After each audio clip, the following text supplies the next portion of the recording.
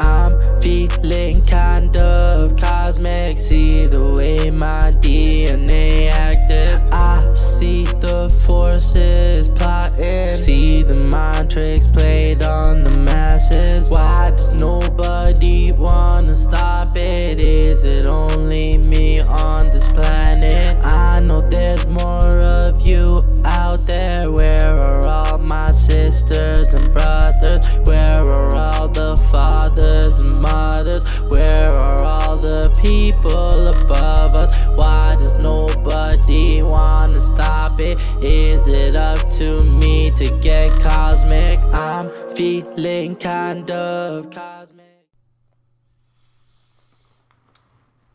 Okay. How you doing? I'm well. Okay, well. How shall I address you today? Oh, well. Doesn't. No. However you want to call me. So I just want to set a disclaimer before we begin that this is a conversation, a private social conversation between two friends that haven't seen each other in a while, and how you perceive it, you can perceive it as a story that two friends are sharing with one another. Would you like to add anything to that? No, I agree entirely. I think that in today's world, one needs to take unnatural precautions, whereas natural law prevails in our lives as spiritual people, at least theoretically. But from my perspective, what we're doing is expressing or sharing personal opinions regarding circumstances of our involvement one time with freedom teachings. God, it seems like a whole nother lifetime ago, doesn't it, mate? Huh? A whole different eon. Yeah, and for those out there that are expecting answers, don't expect anything, because well, expectation is not a good place to be. Yeah, anyway, is it? Correct. In today's world, certainly. If you don't know, who we are, that's really, for me, it's not important, but it's important that you know that my friend here is a dear friend of mine. And my intention behind this chat with him is I sat by maybe 5-6 years just observing and watching this so-called spiritual movement just turn to shit. And I had to watch and observe how people turned on my friend. And I remained silent for 5-6 years, but I think today it's time to set the record straight, as two friends are going to be sharing our own private, personal experiences. And for those of you you don't know who I'm talking about, this is speaker number 2. He'll always be speaker number 2 to me. Many of you know him as Asan, John the Baptist, Michael Deane, but to me he's just my mate, So and for those of you that don't know me, you don't need to know who I am. For those of you that know my voice, you will know who I am. So, yeah. And as the man said, people who are your friends don't need this explanation. Correct. And people who are not our friends can go fiddle. Yep. So, let's where should we start? Well, just before we go there, I need to say one further thing. Yeah. Knowing my former wife, as I've come to realise. Right, which wife? What is in there? Which former wife? My former wife. Okay. Ash. Okay, you have to be clear. Speaker 1. And I feel compelled to say that should I inadvertently trespass in any way, on what she considers to be her property or her feelings, it should be viewed in the sense of respect for the benefit of the KS family that we raised from the ground together from year 2000 on through 2012. Anything that I say is either recollected from information entered already into the public domain, or has been shared between Speaker One and myself, or simply arisen from conversation with trusted friends such as yourself and one or two others that helped me through the dark days. So let that be a ground level and disclaimer, and from that I think maybe we can press on, relax a bit more. Right. You know, I would like to start from the beginning. Okay. Well, the beginning and the end have a lot of similarities. I think I can't anticipate who will listen to this, but I do need to say that anyone who hasn't spent a number of years in across the freedom teachings and or KS will find some of this difficult to follow. I mean, no matter how hard we try, it'll be difficult. So apologies to those people, but for the most part, apologies to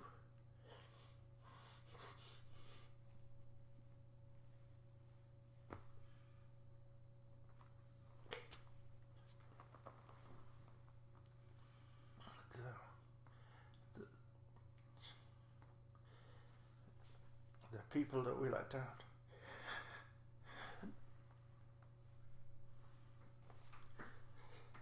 The people that saved every cent to come to a workshop.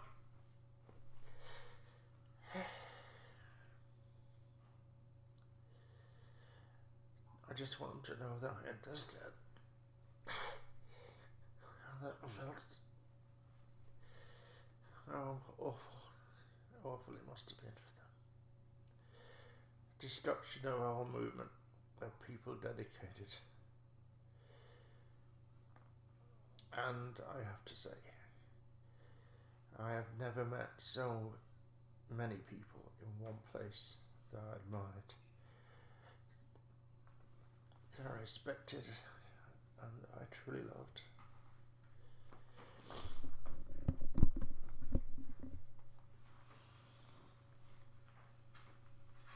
So, it was a terrible, ugly, painful mess.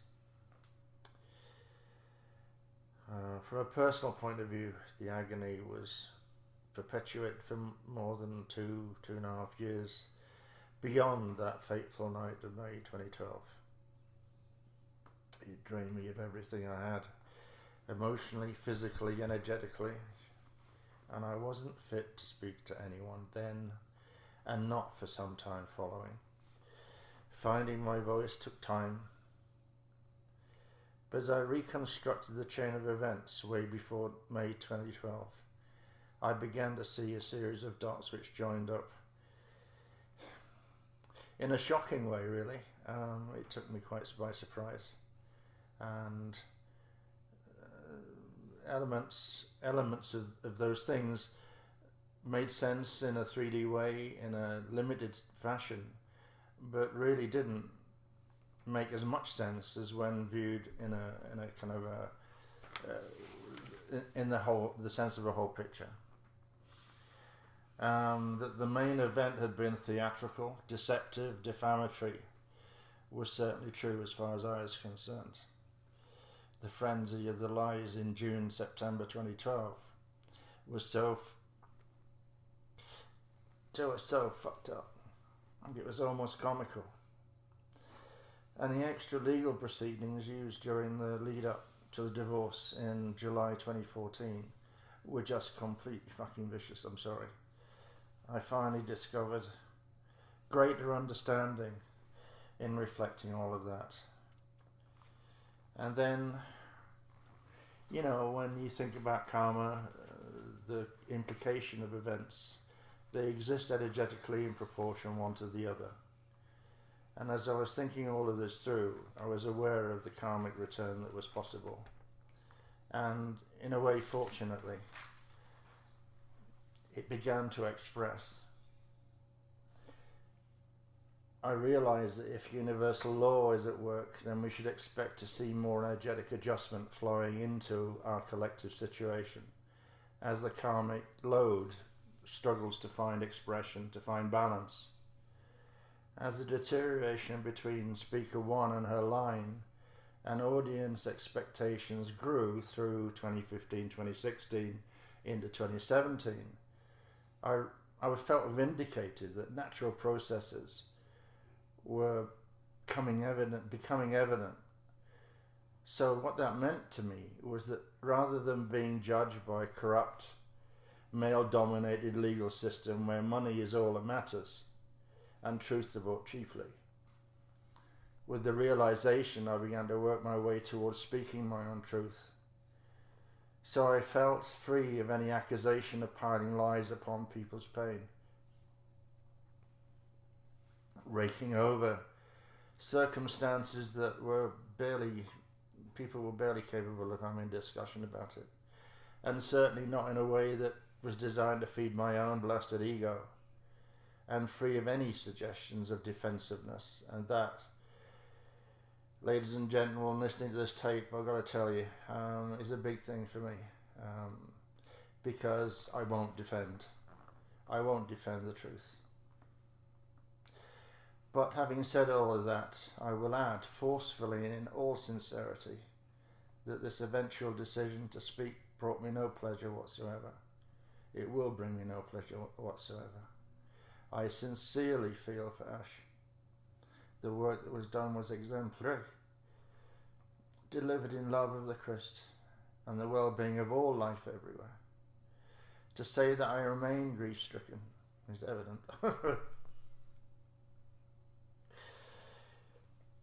But the scenario that we're involved in is truly that of an unseen war. And in that war, the planetary and personal shields are the prize. Few KS students seem to appreciate, though, how the wounds and the unfortunate impressions held in the shields can be used against us.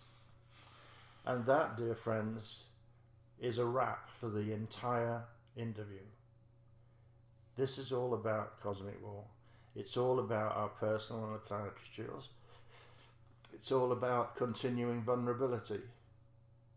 It's all about our evolution, not nitpicky Mickey Mammy 3D shit.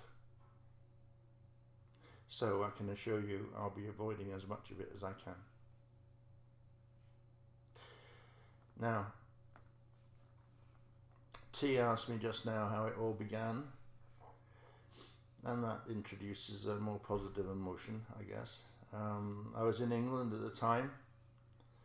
I was working with a guy who was called a Time Lord by local people in Glastonbury, and I was doing small-time workshops on earth changes and things like that, when I came across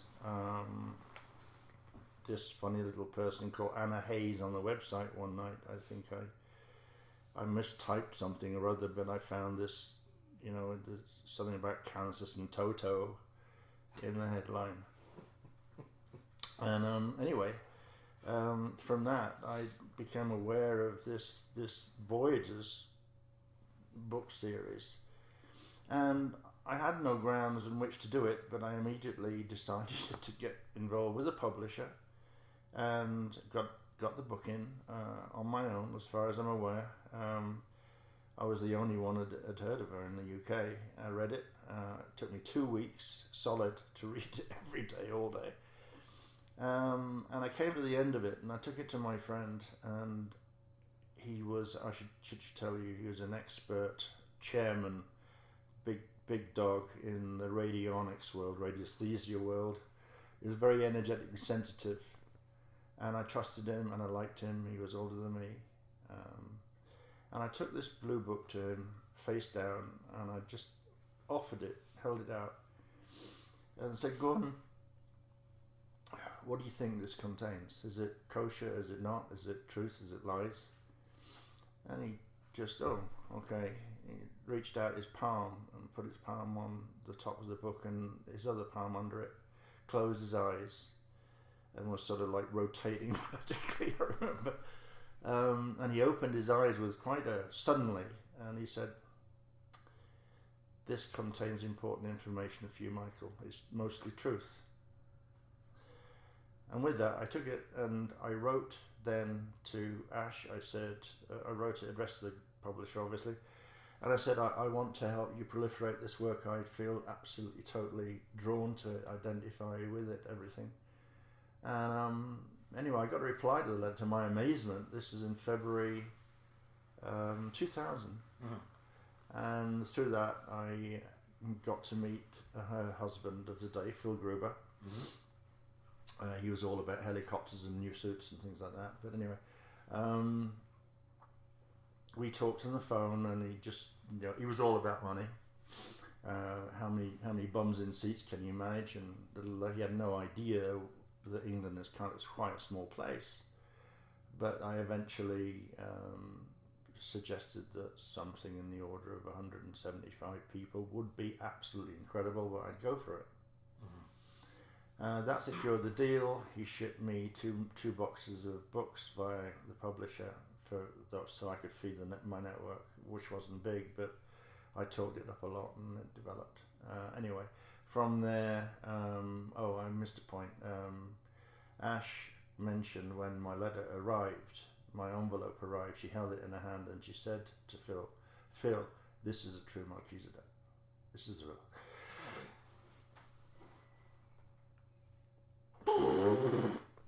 Thing. So there we were. Now, fortune favouring the brave, someone funded me for the Peru trip, the very first trip to Peru. Oh, I didn't know that. And I would sit in the circle with the other people, like when this little blonde thing was talking to us about what was going on, and really it was difficult to comprehend, but the obvious energetic atmosphere was very nourishing, I'd say. And as time went by, the first days went by, there was more and more eye contact. And I mean, I was just coming off a divorce situation and very much involved with my kids, so I wasn't open to anything like that. And I wasn't looking, anyway. But all I'll say is, before the end of the trip, we were walking around holding hands, walking around in the hotel. But isn't that interesting, though? It was in Peru, right? Yeah. Guess what my first workshop was? It was in Peru, I remember. Correct. It was a dark-haired lady. Yes. But isn't it interesting how our experiences were a little bit similar, in that Peru was your first real workshop, yeah? It was my first workshop, an introduction, and it's interesting how I was introduced to you guys through Mac. You remember that? The actual introduction? No, I don't remember that. It was... I remember meeting you on site. Yes. With the lady that was your companion at the time. Right. But Mac had said to me and Rebecca, Mom, speaker one, I don't know how she knew about us, but that you guys wanted to talk to us. I found that very strange. I didn't even know how they found out about who we were. But anyway, it was just interesting. It was just weird. Well, I mean, it is a weird situation when you're dealing multidimensionally and with spiritual and cosmic stuff. The very idea that any kind of whispered 3D conversation where people are setting out on a little manipulative trip or something. Correct. That generally wouldn't involve me. These kind of conversations, mate. It's one of the things that I discovered. The things that I was not aware of for 12 years were all of that kind of thing. Well, because I wouldn't be approving of the behavior. Of course not. But I found that very interesting that Mac was actually part and parcel of what was going on. Not for the first time it would appear. So, anyway, continue. Yeah, well, well, before we left Peru, I mean, my companion, I have to say, the one that sponsored me, came on the trip. Yeah. But from day one, she got sick. Isn't that curious? She got sick, and she was sick for the whole bloody time. I see. Until it was time to go home. Anyway, that was a little detour. But so in the Peru trip, by the end of the Peru trip, you and Ash were already chummy. Well, we had a visit by the river in the village below Machu Picchu, where I was given to understand the Grandianas, Huachianas, and Ramayanas came to have a discussion. Right. That was, obviously through Ash. And the special one, one of the chosen ones, the special one I was called, that she was told beforehand that she would meet on this trip, and that it was important. Well, it finished with the Yanas reps appearing by the river this night, and we were asked to go up to the top floor, hush hush. This hand-picked group of people who all had a whisper in their ear. Ash's apartment Mac's apartment at 1 a.m. And these groups of people showed up, and we did something together. And Ash was clearly going to be my partner, and there were 11 other people to choose from, and then the not verbal propositioning, but it became pretty obvious to me what might have been possible if there was accommodation around. I see. So then we went to our respective homes. I was preparing for the workshops, which were only 6 weeks later. And Mr. Gruber and Miss Hayes Gruber, arrived from Sarasota. And I had written a little note that was explaining something to Ash, really saying, I'm something to the effect that I wasn't aware, thinking in these terms, anything like that, and I didn't want to cause offence. She took that note from me in the car the minute we left the airport and read it wrong. She thought I was blowing her off and got quite upset. This is before we got to the first venue in London. Wow. Apparently Phil had been made aware that she was going to divorce him and that she was going to marry me. I didn't. I hadn't ever considered that question. Right. And I didn't know what was happening to me at that point. I hadn't been informed of what was occurring in the cosmic scheme of things. I hadn't been filled in. Right. But on the second night at the London venue, I cuckolded Mr. Gruber with Miss Hayes' encouragement, and all became plain very rapidly. By the second workshop, incomplete, Treaty of Voltaire was declared done over. The UIR came to the fore. The cosmic war stakes were increased beyond calculation, and she told me that I was going to be, effectively, become Speaker 2 immediately. We had to go back to the States. We had to cancel all the workshops and go. But she was still married to Phil. Yeah. I see. So anyway, I had a half an hour to say bye-bye to my kids, which even today they haven't forgiven me for. Right. And that's a continuing heartache, a healing that I hope will come sometime soon. But anyway, yes, we came back to Sarasota in late September, 26th, I think, 27th, something like that. And to a new house that Mac and Sid Saffron had stood as guarantors for. Brand new house. She'd barely lived in it. It wasn't furnished or anything. And in the following couple of months, it was like everything was happening all at the same time. It was just crazy. So it was an arranged marriage, you could say. Sound familiar? Well, we both found room for, some. I mean, it wasn't natural. It wasn't how it is for humans at all. Right. Fortunately, I had sufficient maturity to be able to deal with a question like that. It seemed second nature to Ash. I don't know much about how she felt about those things, but the relationship was supposed to be primarily a working relationship.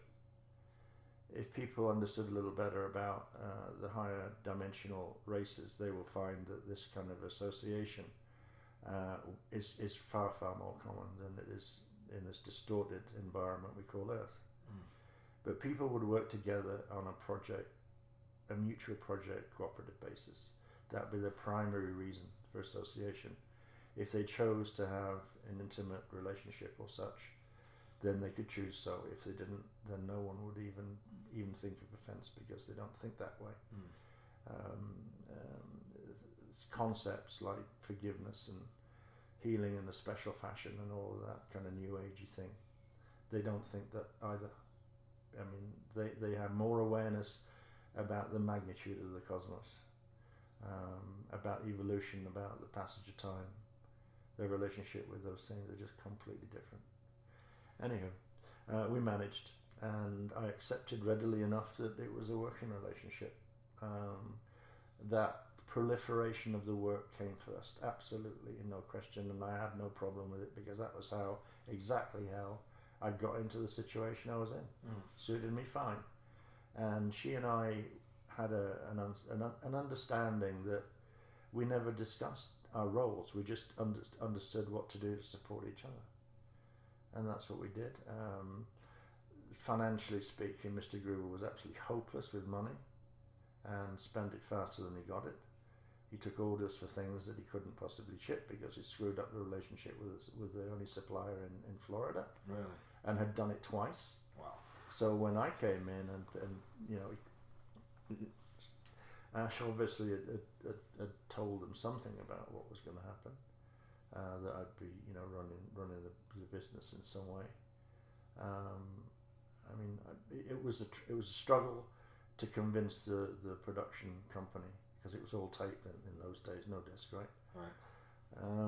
To believe in me, and I guess that I was such an innocent-looking kind of English idiot that he believed me. I proposed a way where I cover his costs anyway. I was wise to that, so we broke through. But I can remember discovering there must have been 40 back orders that weren't being treated in any way because the money had been pocketed and the orders were just left. And it was only that people came and inquired some months later, right, that I even discovered them, and it went on for most of the first year. But it was a chaotic entry into life as a speaker, and the household were crazy. I mean, there was Phil Gruber, who was with this woman that you couldn't really care less as long as it didn't hurt him in his pocket. There was a guy there that I grew to call Montauk Mark. Montauk Mark. Montauk Mark, because he was from Montauk, and he was called Mark. And was he like he just like was a roommate, a renter? No, he's remarkable. I mean, he was the legal guardian of Ash's daughter, Alexandra, or Shanti, as she was called, later Zani. He was the full-time guardian, legal guardian, on paper, done and dusted, which I presumably I thought could have occurred through the need just for a workshop, but the workshop frequency wasn't that high, that great at that time. I mean, we doubled the number of workshops in 2001 and 2002 on the numbers that preceded it. But it was that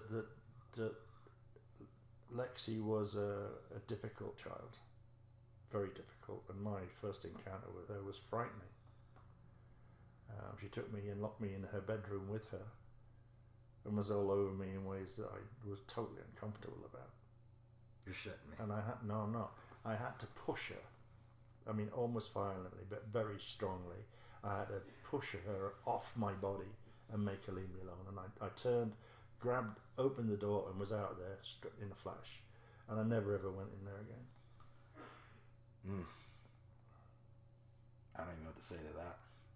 Well, there's nothing to say to that. It was just how it was. Yeah. But I mean, it was just a chaotic house. No? It was a chaotic household, and it didn't. See, the predominant drive in Ash was she was commissioned by the IANI councils to translate the CDT plates. Correct.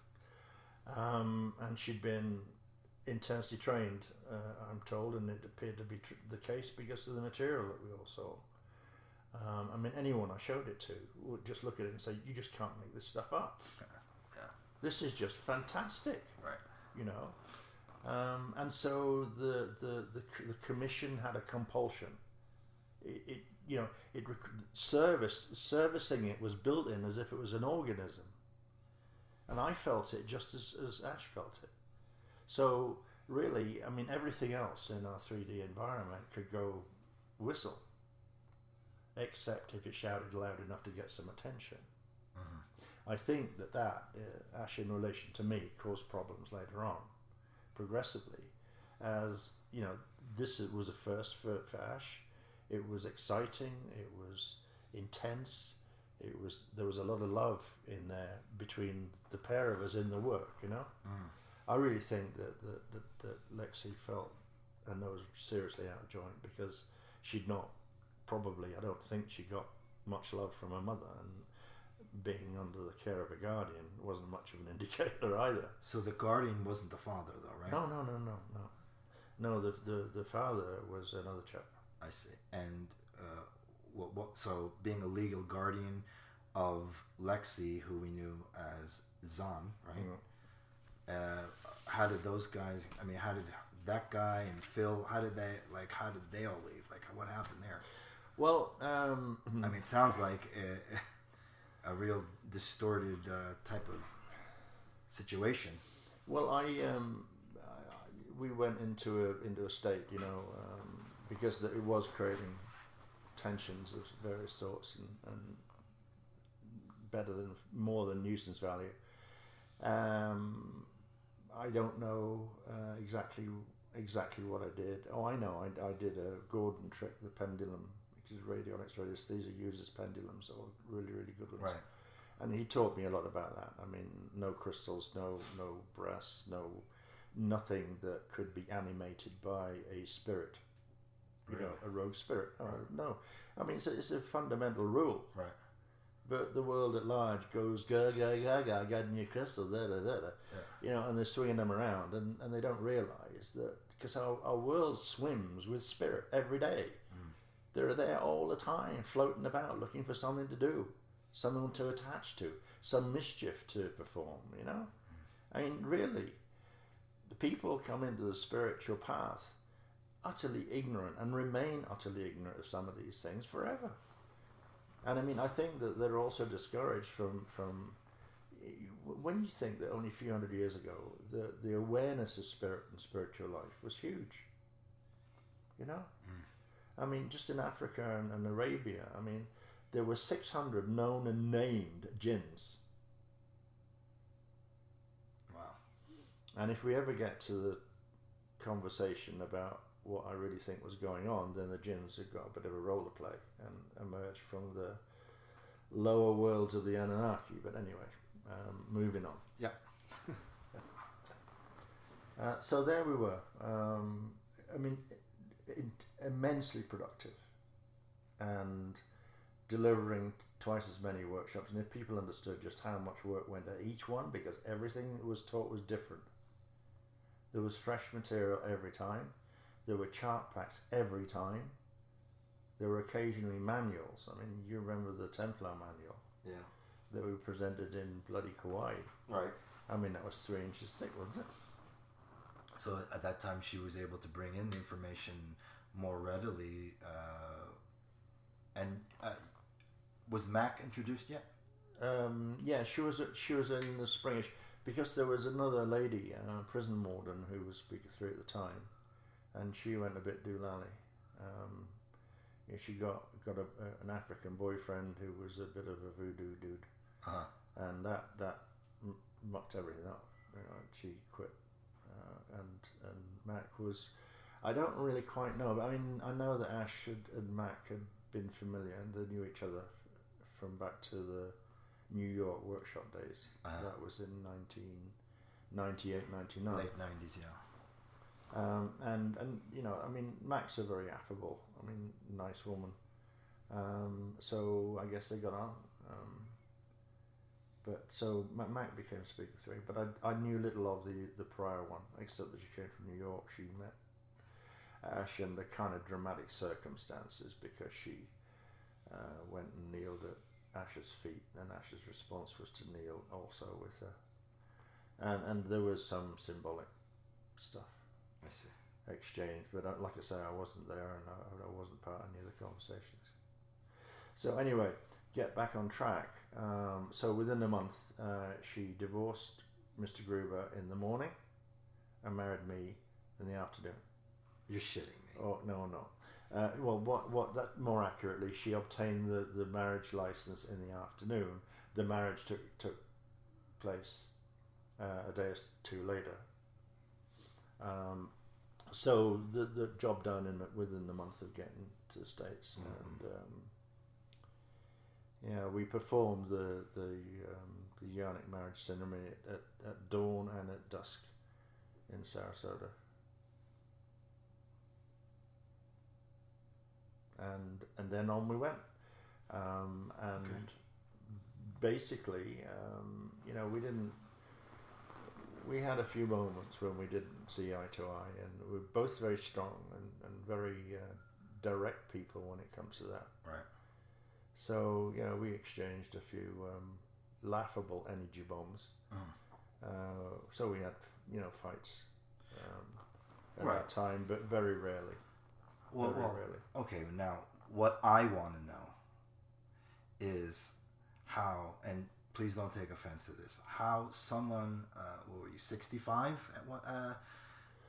How could someone of your age, 65, around 2008 or 9, how I find it very hard to believe with your injuries from being a footballer and 65, how could you physically drop kick Ash through a door? And I found that very hard to believe. Oh, easy, just like in the movies, get a helicopter, fly over, and release the rail from under it and swoop down through the kitchen window because it was open, right, convenient, and straight through, no contact, just boom, like that. I find it hard to believe because knowing you as long as I've never seen you, not once, touch her, okay? Well, I never did. What I did see... I have touched it, but not in the way that... Right. What I did see with my own eyes in Pine Island was an episode where you two got into an argument, and I actually feared for your life because she showed signs of aggression in front of my eyes. Well, although it wasn't regular, very infrequent actually. What she produced for the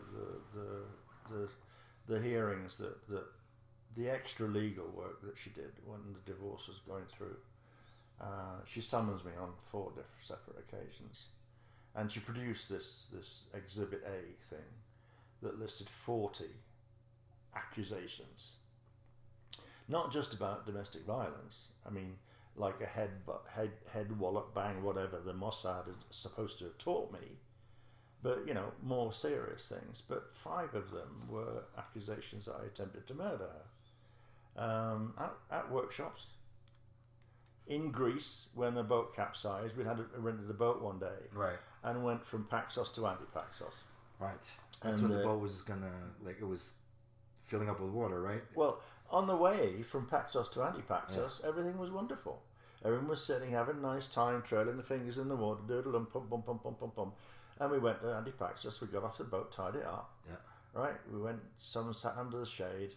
The kids went swimming for ages, diving and all that bit. And it got to around about 3:30, 4 o'clock, and I said, look, we need to get back. I don't want to do anything else. So on the journey back, we set off back, and we were going okay. And then, like between Paxos and Anti-Paxos, there's a distance of maybe half a mile. And as we were moving across it, I realised that the big cruise ferry things, you know, that people, tourists go on, Yeah. they were creating not a swell. That's right. And watching the swell, it was just beginning to come over the boat because the boat had some heavy people in it. But I mean, it hadn't been a problem heading south, but heading back, it was getting worse, and it was faster than we could bail. And at one point, the boat just flipped over, and there we were, all in the water. Right. And conveniently, you tried to kill her, right? Well, yeah. I mean, that was one of the accusations. Right. I mean, 2 or maybe 3, but definitely 2 of them were when I was laid up with this strange back problem, where, you know, it's like what do you call it? The lumbar, the spinal disc problem. You know, serious, affects the sciatic nerve. That's it. Yes, yes. And I was paralysed down one side completely, and it's happened in Colorado. I had to drag myself out of bed, drag myself to the airport in great pain, get on a plane, get home, and I wasn't even picked up at the time, but never mind. But it was so bad that I went to Hezekiah, one of the KS's, doctor, acupuncturist. He did some work, no sweat, nothing happened. Then I finally had to go to a guy, what is his name? Chuck somebody or other. Oh gosh, his name slips my mind right now. Was he the sports guy? Yeah, he was the guy that was the acupuncturist for the Olympic track team. Right. As well as being a bona fide doctor. I mean, he treated me all the way through till August before I felt well. Mm-hmm. And 2 of these accusations occurred within that window when I was under treatment. So there's no possibility that I could get about with any ease whatsoever. Right. So, you know, I mean,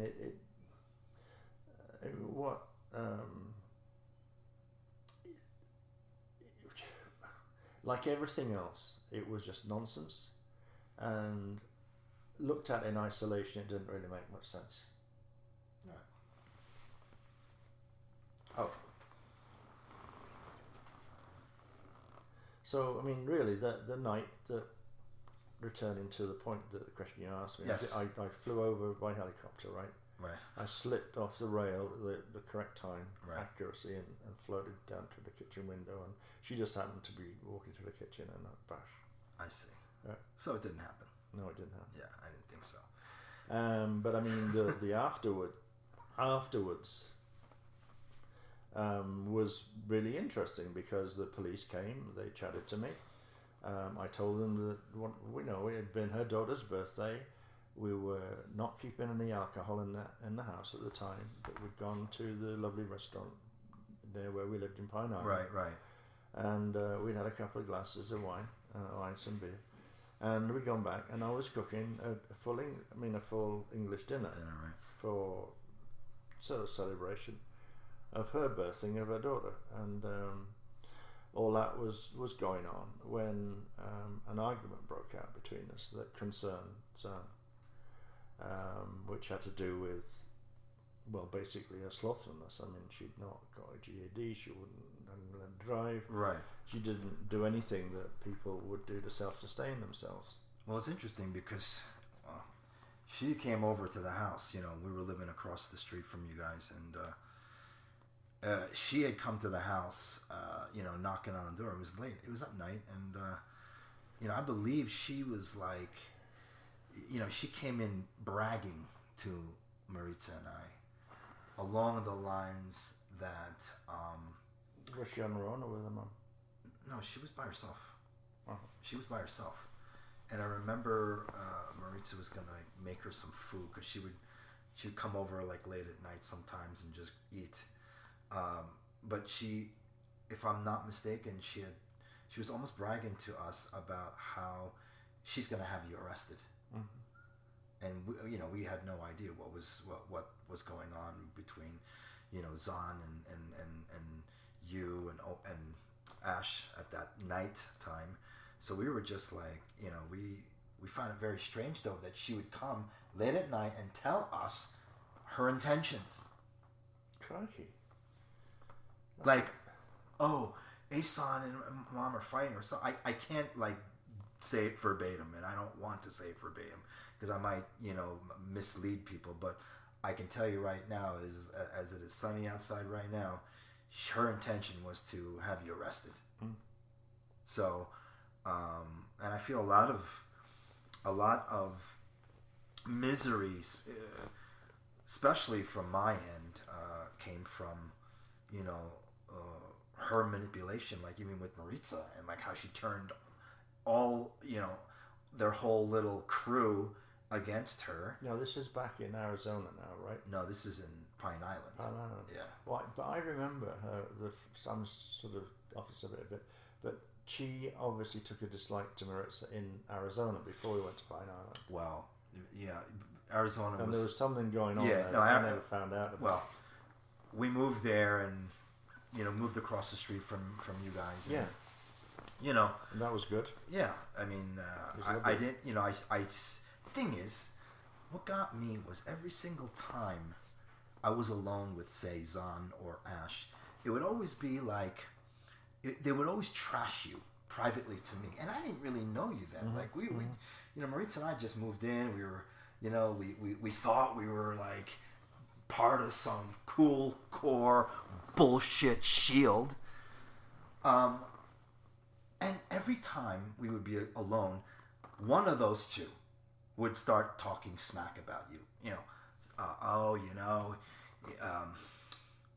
Complaining about maybe how you drink, but geez, I seem to see her drink a lot too.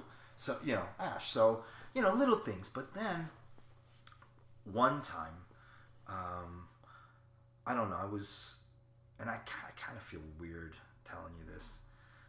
I don't know where everyone was, but I was over your house for whatever reason. No one, you weren't there. I think it was just Ash and I, and she had like mentioned almost like eerily and just like really creepy that like we were supposed to be like brother and sister, half brother and sister. And then she was like, oh, wouldn't it be interesting if we ended up together? Ash said this to me, and I was like, no.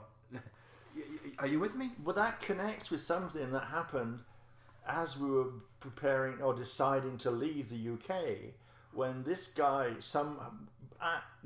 Zan was reporting to her mother, I overheard her talking about this guy who's supposed to have a lot of money, a Bentley. I mean, I called him Bentley Boy after that, right? Was I Bentley Boy? You were Bentley Boy. Oh, jeez. Yeah. No, it wasn't. But I mean, just because it was such a distinct memory of that conversation. Oh, there's a millionaire. Yeah. Millionaires come into the work over in the States. It was Rebecca's Bentley. And it was you. Yeah, it was Rebecca's Bentley. We drove down to the Virginia workshop. And well, look, dude, if I was the king, I'd decree a Bentley for everybody that wanted one. I know. But I wanted to share that. I don't know if I ever like told that to you, but it just connect with that, right? But see, those are patterns. Yeah. These are patterns that keep. These are behavioral patterns, or whatever kind of patterns you want to call, that keep reoccurring. But isn't that a coincidence when a certain person comes along and starts helping us out with the property that we want to be moved on from by the Norwegian guy? Yeah. Or one of the Norwegian guys. It was painful. I mean, all right. So we didn't live badly off workshops, but there was a limit to what we could do. And then we got into Colorado when we bought the cabin in Colorado, Elon, as it was called. And then we'd got moved on to, she through Spree's work and everything, I was just helping out with a rental in Arizona. But then we bought the Scottsdale house, which is where you were when you were telling me this about coming on in this way. So, listen, I'm sorry for the listeners, but I hope you're keeping track of this. But basically, what we're talking about appears now to be a susceptibility toward guys with money. Now, ain't that spiritual? Well, okay. Let me ask you this. All right.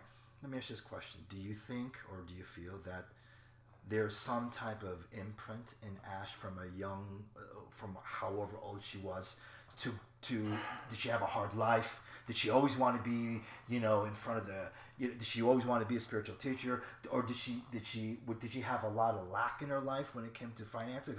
Because this all builds, man. And then you can start seeing patterns happening. I've got arrows shooting in multiple directions now. Look. I'll first of all, Mac was the one that exposed the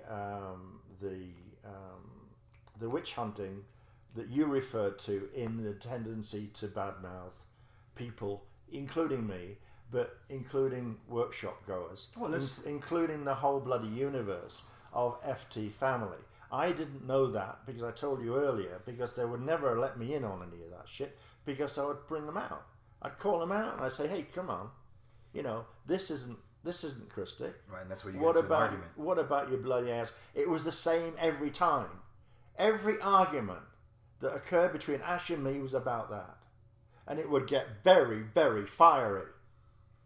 Because I take my shit seriously. I do my text, I do my hygiene, and I respect the ANRs. When I watch other people pissing on it from a great height, I'm not very happy. So that's one of the arrows retrieved. Okay? Now, what else were you stirring up in me? No, I mean, look, for me, people could, if they don't know all the information or all the intel, then they're making, their assumptions are off base because all the intel. Oh yeah, definitely. Okay, so all I am doing is I am showing a pattern in this woman. Are you with me? Okay. Now you see, I commented on this some while back about 3D multidimensional experience, living lives that span the range of that, where you can't use 3D all the time to interpret and to try and make sense of something. Now, what you said about Ash is true of anybody, and that's a question about our personal shields. Look, dude, listeners, we are people who have evolved for hundreds of thousands and possibly millions of bloody years. We've had the same shield throughout all time. We've interacted with all kinds of beings, all kinds of entities, all kinds of bloody situations. And all of those experiences, all of those events are marked, so to speak, in our shields. They can pop up, they can crop up, they can create this and create that. And we are not conscious enough to be in touch with our own fields. What we have is fucking psychiatry and psychology and all that bullshit that doesn't know anything about personal shields. If we were to mention it, if we were trying to talk to any of them about it, they would want to put us on our next intake for treatment, But in all seriousness, so might Ash have a sensitivity to lack? Well, in this lifetime, she certainly has, observably. It's perfectly possible that on a karmic basis, this is a repeated kind of tendency, but I can't say. But in this life, for sure, she had a hard time. She didn't make it easy on herself. But you have on the one side the abduction with the Zetas. Mm-hmm. And on the other hand, she had the pull of the Guardians. And here she is, a little girl, all on her own, with an estranged dad who she loved to bits. I mean, really, if anyone is going to become a point person, then that's to say a significant person in the cosmic outplay of the war, then I would answer you a little differently and say she had super high vulnerability. And she broke it out, is my understanding, in favour of the Guardians. But the path from the Zetas to the Guardians is tricky. And I know because someone showed me an article that was that her youngest son posted on the website. Yeah. Casey. Do you know? Well, yes. Published on the website the night before the May 2012 event. He posted. He posted on the website. On what? What was it? Like a Facebook or one of the social medias? Anyway. It was one of them. I can't remember. I mean, I have a copy of it in my file Okay, here. so I mean, what did he post? I on could that go eve? get it out, but I mean, it'll take me a second. Well, I mean, it was a cry de coeur, cry of the heart, and this is of a little boy who had been estranged by his mum from the time he was 9. At that time, she was married to a pop star, a one-hit wonder guy, Jimmy Tighe. From the age of 9, he hadn't seen his mum at all until we were together, Ash and I, in Florida, and he came to visit us in Florida. And this is a different son, not the son that yeah, ripped it's you off. the second of the two sons. Okay. I mean, it was a long thing. It was, the guy had obviously found religion, and it was doing something that was filling some holes in it. Right. But in the narrative, I mean, he explained how his mum, the words were, she would come in, get out the Ouija board, sit in the corner, roll her eyes and talk in a deep voice. And that is just so reminiscent of Ash's heroine, Jane Roberts, who channeled Seth, material, right. who incidentally did deliver 500,000 pages of good stuff. I mean, I really rate Seth too. Right. But Seth actually finally tried to kill Jane Roberts. Interesting. Yeah. So, I mean, you know, analysing people is just desperately impossible. Right. Because of what it is we're talking about. If we are truly, you know, multidimensional, interdimensional, capable beings, if we are angelic humans, those of us that are having this conversation, probably will presume to be an indigo, which is another word for angelic human, which means that you've got layer upon layer, but you've got the biggest onion in the cosmos, man. You know, you've got layers upon layers upon layers upon layers upon layers, and everybody has slept with the enemy. Everyone has gone behind enemy lines. Everyone has been involved in trying to redirect the lines of races, the interbreeding, to redirect the lineage and the DNA content and everything else. If we truly are indigos, and we are members of a huge indigo team, some on planet, some off, and some other places, we've all known this as our reality. It's just that because of what happened to us in the Atlantean period, where we suffered memory wipe, we can't remember any of it. But the mere fact that we can't remember any of it doesn't negate it. It doesn't negate the probability and the likelihood of what I'm saying is true. It's true. The fact that people can remember is another question. Right. And if you really want to remember, you got to stand straight up and do the work. Correct. Right? Rather than sit on your ass moaning. Right. Which brings me to, you know, what's going on nowadays. I mean, look, I stopped going to workshops at the end of 2011. That debacle that you could call a workshop in India oh my God, was nothing short of the most offensive, evil experience that I came across in a long time. Oh, T.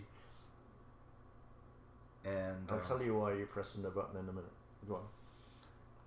You know, and it's just I remember coming into the work and doing the work, mate. You know, doing the work, learning about the A&Rs, learning about Cathara, learning, doing the work, studying, doing my texts. Nowadays, it's just like, or when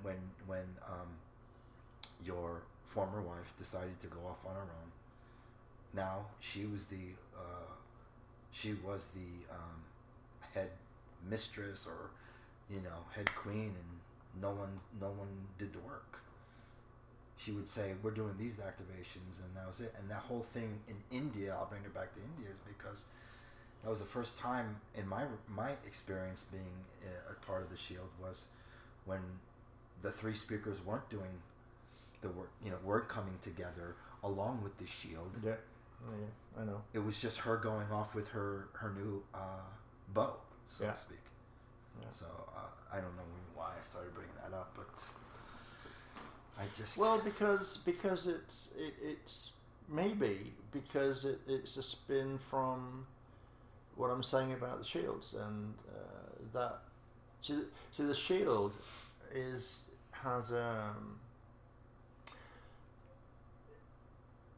our Shields contain access points that relate to prior experiences, prior times. Another woman I was married to, I had sex with her, right? That's what I'm talking about. That would leave an entry point in my Shield, right? Gotcha. And I couldn't, without a lot of effort, seal it, prevent it from being used as an access point. So that just is illustrative of one thing. There are ways in which Shields can be penetrated by demonic forces, which is what the Indian workshop, you started talking about the Indian workshop in that kind of language. So the link, perhaps, as we went from just a fraction earlier about Shields and into maybe it triggered something in your mind. But I mean, that was, you must remember this, because there was an outside kerfuffle going on, and people were talking to each other in a very frenzied and animated way about the friending issue. Ash was going around, I understand, and I got some of it directly anyway, but like saying you can't friend Isan anymore. Oh, yes, I remember that. Which is not too far removed from she and whoever, like Zani, whoever, will badmouth someone else. Yeah. Right? This is part of that plank of bad-mouthing tendencies that seems to exist in her Shield, along with other influences. Right. But I'm saying over and over that we all have this stuff. Mm-hmm. Right? So my button about the way that shit developed between me and Ash, and about her doing that particular kind of line of stubborn exchange with me, and then citing the Guardians, pulling rank on me, yes, which one speaker to another just doesn't work. Yeah. Because speakers fucking speak their mind. Yep. If they're a speaker at all. Not speak their mind when they're on stage and do a different kind of speaking in private. Right. And go witch hunting and shitting on people from high altitudes. Right. Just for what? Entertainment? Because look, I'm not stupid. I've been around a while, and I can, I'll say this a different way. One of the things in the early years that I did, in the first half of say, the 2012, in the first half especially, Ash was very nervous of other company, other people coming close to her, other people trying to interfere with her connection to the beloveds. Right? I know, and she may even today still acknowledge it, I did a 100%, never a mistake in saying, let's leave now. Let's avoid that person. Let's do this, let's do that.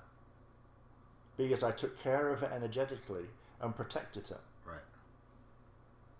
Now, the other behaviors we were talking about are quite distinct from that.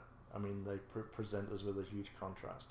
And why they are the way they are, I can't really speak to it. Right. But it's simply like everyone. I mean, those of us in this room and the entire chaos movement, everyone has the same shit to deal with. Correct. Everyone has the same choices to make, not necessarily being aware, remotely aware of the consequences of the choices. I remember a time in Bermuda cruise, the first cruise that we went on, I think, and I was introducing on that cruise something called the Witness Quiz, which helps people through a psychoanalytical survey get to their balances in terms of the Ire, Mane and Manu, because if you're in balance you'll be Manu, right? So just the male female energies of the person need to be held in balance, and that's what we're talking about. And this quiz would give people insight into themselves in that way. And so you could, you know, if you wanted to get into it, you could make adjustments.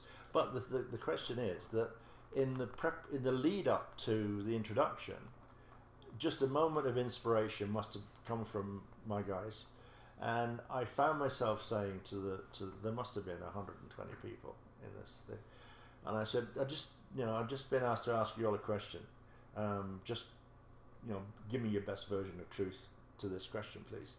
How many of you have knowingly made a choice that was significantly inferior to its alternative? 90% of the people acknowledge that. Case closed, right? Yeah, exactly. Nothing else to say. I mean, if you allow that kind of behavior, now what is overriding you? Where's that coming from? Right. Hello? Am I talking bullshit, or am I saying, hey guys, there's stuff going on continuously everywhere, every moment, and if you're not diligent about your hygiene, right? The protective texts that are simple and quick. The Maharata you can do in your head in exactly seconds, really. Right. And I mean, to not do it involuntarily almost during the course of the day, which is I've done for bloody the past 15 whatever years since we found out that we got that, I mean, and to think about source like naturally, just in a kindly form of gratitude, form of hoping that we can get this mess cleared up. I mean, some corresponding thought. I don't think that that's remarkable. I mean, I think that's ordinary. But then when you get in conversation with people, you realize it's not. Anyway. Well, let me go ahead. No, you speak for me. No, go ahead. I've got one thing. Go ahead, say. Well, I'm thinking about what referencing shields mean to me too. Is going back to the centerpiece, so to speak, May 2009. I recollect subsequently that she made other accusations. So Zani came across and was talking to you. Was that the only time you saw Zani in relation to this? This whole thing? Yeah, because the other thing went down there, that like she accused the police of taking my side against her, the patriarchy business. Right, but male domination. There were times where she tried to they erased her statement. Right. They rewrote her statement, having lost it, apparently. I mean, all of this was carried through into the courts. Well, I found at every point. Well, there's a big lie. Another thing that I found very fucked up is she started bringing in other KSs, like for example that one girl Tracy, trying to manipulate her to say that she's seen you argue with Ash. Just very manipulative behaviors. Are you with me? So that went on around that time. But, look, for me, if it walks like a duck, it quacks like a duck, it's a duck. From the standpoint of what happened, you were set up. I'm sorry, my friend, you were set up. You know it. I know it. Those that know the whole information, intel, facts know it. You were set up. Why were you set up? I mean, I can probably say with high confidence that Zahn didn't want you in the life. She didn't want you with the mother.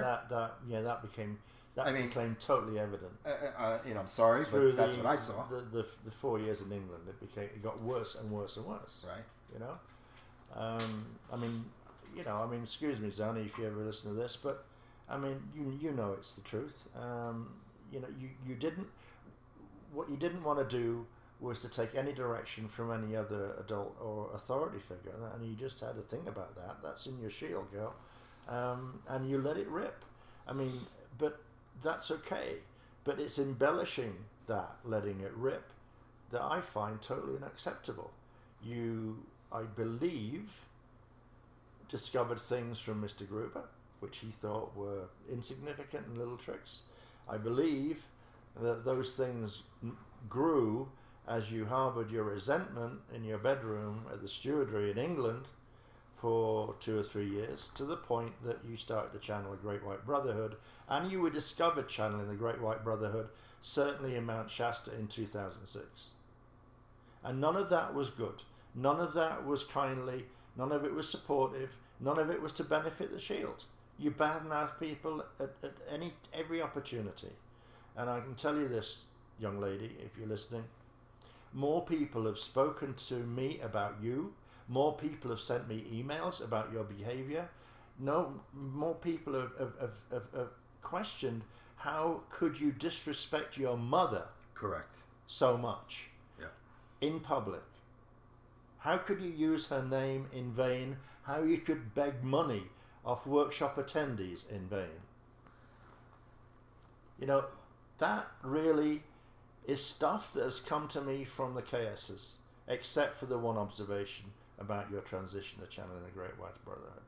But that just exists in the public domain, I'm sorry. Look, because that she was Ash's daughter, we treated her with respect. Okay? Well, but that's the point. Did she treat Maritza with respect when she and her whole little sisterhood started targeting her? Oh, not only that, Kaiva was done. Remember Yeah. Kaiva the singer? I was present at one of the because exchanges between Ash and her. Yeah, I mean, look. I mean, that's jealousy run riot, man. Yeah. I mean, she had a gorgeous voice. She was a good musician.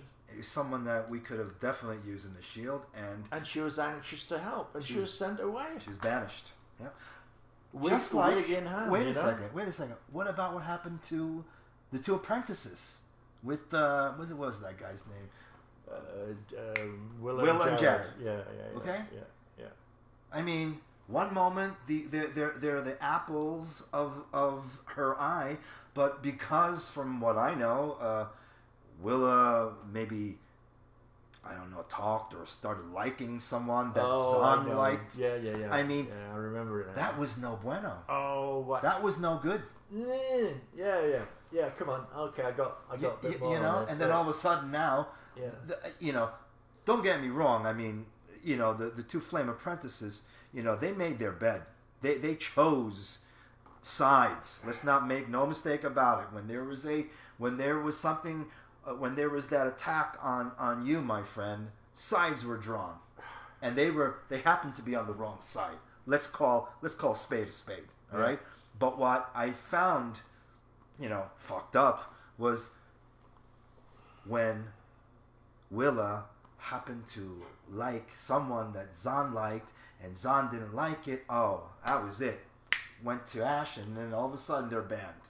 They're banished. But wasn't the mask for that a sort of a twinning opportunity fiasco? Yeah. The first of 2? But it sets up everything that occurred with her in the Norwegian. Yeah. Well, I mean the announcement of those guys as apprentice flame holders was made in a workshop in only a few months before, wasn't it? May. Yeah. No, yeah, they were upgraded or something like that. And no, it was. I can't remember exactly. We were in Texas. No, Arizona, and we went down to the Biodome. Right. And then there was this. I didn't know these guys were going to do this, by the way. That's another one about the speakers not knowing what the other speaker's doing. Because Ash just went into this thing and created their appointment, which had only been mentioned, I think, not to me, a few months earlier. But then the thing that you were talking about, the unacceptable sexual liaison, as if people with the appropriate parts never use them, and never with the encouragement of a potential twinning exploration, which is what I learned later that was the mask for it. Yeah. That the twinning exploration and the potential pair was the reason why Willa did what she did. Now, in the way that the workshops presented this material and gave it to the people, that possibility, that openness about it, created the most free movement anyone could imagine. Well, yeah, I mean. So then, when I was called, when Mac and I were called to an interview with Willa and Jared, I listened to a soliloquy that was one voice. Mac and I were like, our eyes were popping at what this kind of hugely moralistic Ash was giving it to Willa, not Jared, because he hadn't explicitly done that kind of thing. He was the victim in this picture, right? Just this one time, right? And Willa was fired on the spot, right? Interesting. Without Mac and I being invited to perform the speaker's right of vote, which goes, any 2 speakers out of 3 carries the vote. Right. Regardless who it is, what combination, that always operates. That's the Iani rule of our commission. Right. And she didn't invite it. Well, not only, I mean, yes, she didn't invite it, but what's even more fucked up is she fired Willa doing exactly what she was doing. Exactly, yeah. Or she was saying... Well, shortly after. I mean, how... That's fucked up. I mean, the house... See, look, within a month... No. I understand that Mac was asked on the quiet, again, to approach the Norwegian millionaire. I should say multi-millionaire to describe him accurately. In the spring, to sound out to see if he could provide a house for the 3 apprentices to live in, and with Zan's baby. So the wheels were put in motion at that point, where the personal connections hadn't become apparent. But so we went through the naughty and the firing, got rid of. But the house project went forward. It was secured on, I think, August 31st. And I have a note in my file that has Ash signing a lease buy agreement with the Norwegian. And only one person to live in the house.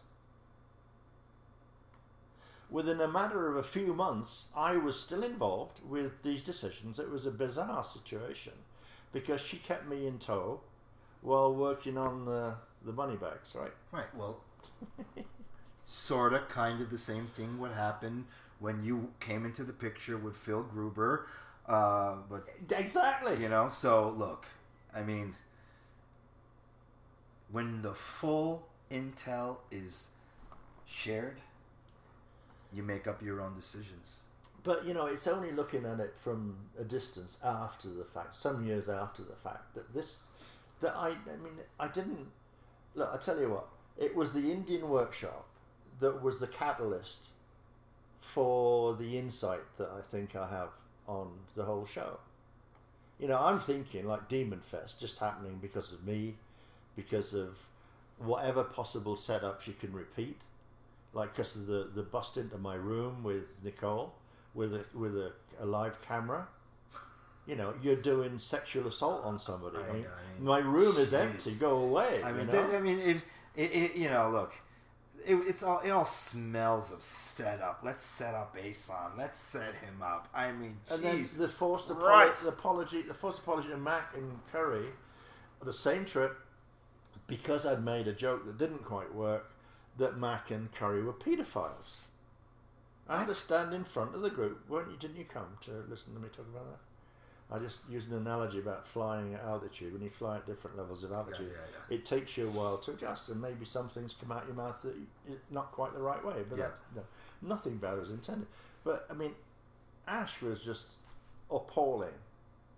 I mean, throughout the workshop, I mean, she spent little time with people that came. Yeah. I mean, it's something that caused me to feel upset increasingly. The obvious lack of respect for the people on which we lived a life. We drew income from them. Correct. You have people that save every fucking cent between workshops just to make it, right? You have people who book planes to go home. Guardian time became an increasing problem in the second half of the 2012, until finally, when we got to FOL 2012, before the shit really hit the fan, she showed for the orientation on Friday and didn't appear again until a Monday. And she didn't know whether that room was available. And the consequences of that, dear friend, is she and me, could have been made bankrupt because we couldn't sustain the losses that people would claim in asking for their money back. We'd just be wiped out. But she wouldn't have been wiped out. I would have been. I see. I mean, jeez. Do you want to take a potty break or anything? Well, yeah, I think we'll continue in a few moments. So, yeah, I think we'll just take a break, and then we will come back.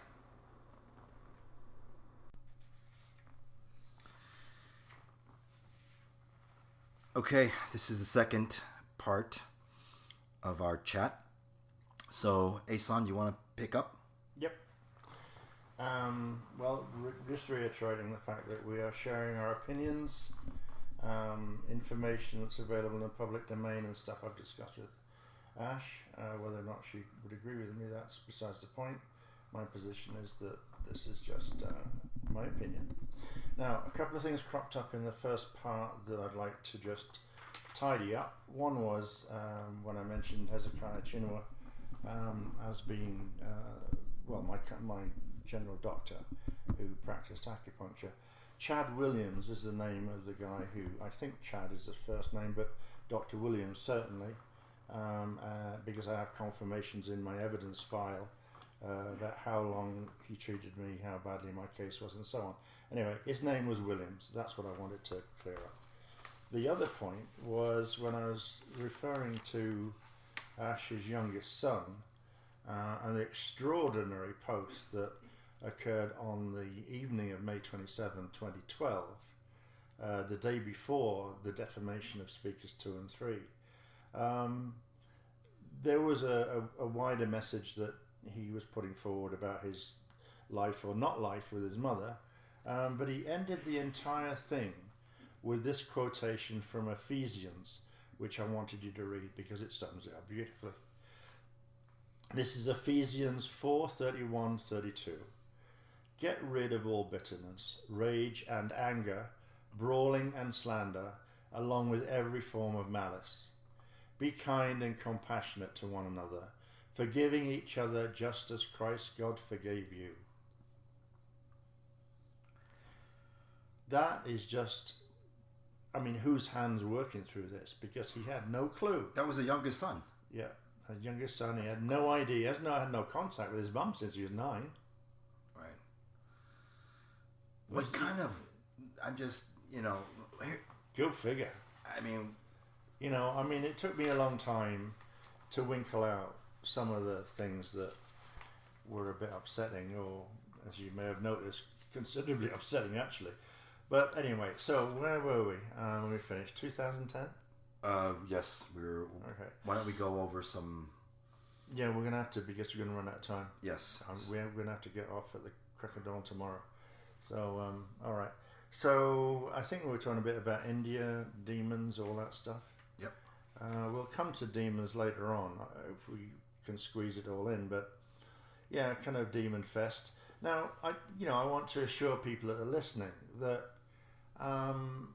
there was no way, from my point of view, I was ever at daggers drawn. No way. I'm never, in all the years that I live with Ash, was that ever a characteristic of mine.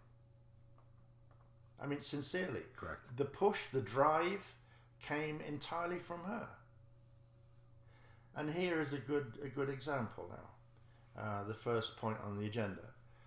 In March 2011, after she got herself nestled with the Norwegian at the other place, basically allowing me to live in the family home while she established a new relationship elsewhere. March 2011, we began a collaborative divorce discussion in which we spoke with each other in a very easy and kindly way, because I recognise and respect that the IANI commissioned me for a 12-year term, and 2012 was the end of my 12-year term. So, no problem, no issue. She found a new twin. That's all good stuff. But the thing was, at that time, I was going on almost 7. I was approaching 70 at least, anyway. I had never paid myself a cent since 2000. All I took from our businesses was a motor car, a roof, and food. That's all I did. Nothing more. Meanwhile, Ash is telling all you guys that she never had any bloody money, which is a downright lie. From the day that shortly after we came back from England, she had a private, personal, do what you like with, $1,500 out the bank, plus 2 credit cards, a personal one and a business one, and she knew how to use those all right. Anyway, talking about the collaborative divorce went on most of the year, but just because we were giving workshops, we were busy doing bits and pieces. And we eventually came to an agreement with each other. It wasn't too difficult, but provided a nominal amount of contribution to my life. I mean, the house we owned together jointly, if we sold it at market, I would have picked up about 150,000 minimum just from the house. A nominal royalty on the sales of product was agreed, and my interest in our workshops done together would end in December 2013, and I picked up, as I always had done, 50% of the interest in that. That was it, simple. No problem. And Ash was perfectly happy about it, doubtless encouraged by her astral seduction of her Norwegian partner, that she referred to in August of that year, actually. It began in April 2011, but it went on throughout the period of time. But anyway, we got all of that to work, and in December, just after the India workshop, oddly, we signed it, and that was it. December 2013, we signed the business part of the difficult part. 2012, I'm sorry guys. No, shush. 2011. Well, I did say right after the India workshop was in 2011. Yes, right. you did. Okay, so good. Anyway, we signed the collaborative divorce agreement happily and amicably on December 13th, 2011. Now look, the point in this is that all of the mess, all of the destruction, all of the pain and the appalling destruction, the offence to the people, the support, everyone, it could have been avoided. There was no need to put everyone through it. Correct. And I want you to know I didn't do that. That was all her. And all her, we discovered shortly after, because everything proceeded as normal. The December FOL January came and went, and almost didn't make the workshop, as I was saying earlier, happen. February they went to Oslo via Dublin, presumably to do the first stand in Svalbard, and they stopped over in Dublin. There's an unfortunate incident with another female caresser, I'm told, before they returned. And on their return, Ash presented me with an 11-page amendment. Now, I shared this with all of the senior members of AP, and it was perfectly clear to them, as well as me, that we were all written out of anything that was of any meaning to us all, because suddenly this intellectual property nomenclature arrived into the conversation. Everything was hers. Right. I mean, universally, you think that's right for her to claim it like that? Well, it's the information belongs to the Iani. Thank you. She frequently in workshops describes herself as a humble scribe. A scribe I've produces heard that a too. literal translation. Correct. Intellectual property, I beg to differ, doesn't hold. But I didn't argue with it. Right. Right. I was beginning to develop my state of shock, to be honest. If you read it, I hadn't done anything. I mean, it was all about her. Really, I'm not kidding. Right. 11 pages all about her rights, her property, everything. According to that, if you read it, I hadn't created a code entirely in my life. I hadn't showed up in 2000, got hold of an insolvent situation by the scruff of its neck, established a business that I ran to begin with. Then it grew so quickly that I had to co-opt Gruber and Montauk Mark to help me. And, I created a just-in-time situation so that the orders that came in by Friday of 1 week and the cash that came in became the cash to pay the fulfillment of the orders. So 60-70% of the cost would go to the supplier, and that's how I kept them happy. And the rest of it was a little bit left over for us to pay the mortgage and the rest of it. And I ran all of the business until we left 2 years later and went to England. That was when Mac took over the AP. That was when Ireland was already running, and they stayed running all of that until we left. But then, Georgie and Australia came online, and the guys in South Africa soon after. Right. And that was largely a result of Noel being so helpful, helping advise Tammy and Mac in how best to produce copies of DVDs. Correct. And once that was proven in the States, that model was shared with everybody else.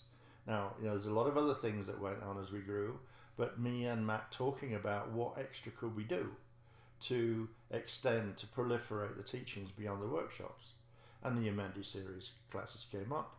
Eventually the KT, Cathara team, grew from that, and they did a phenomenal job.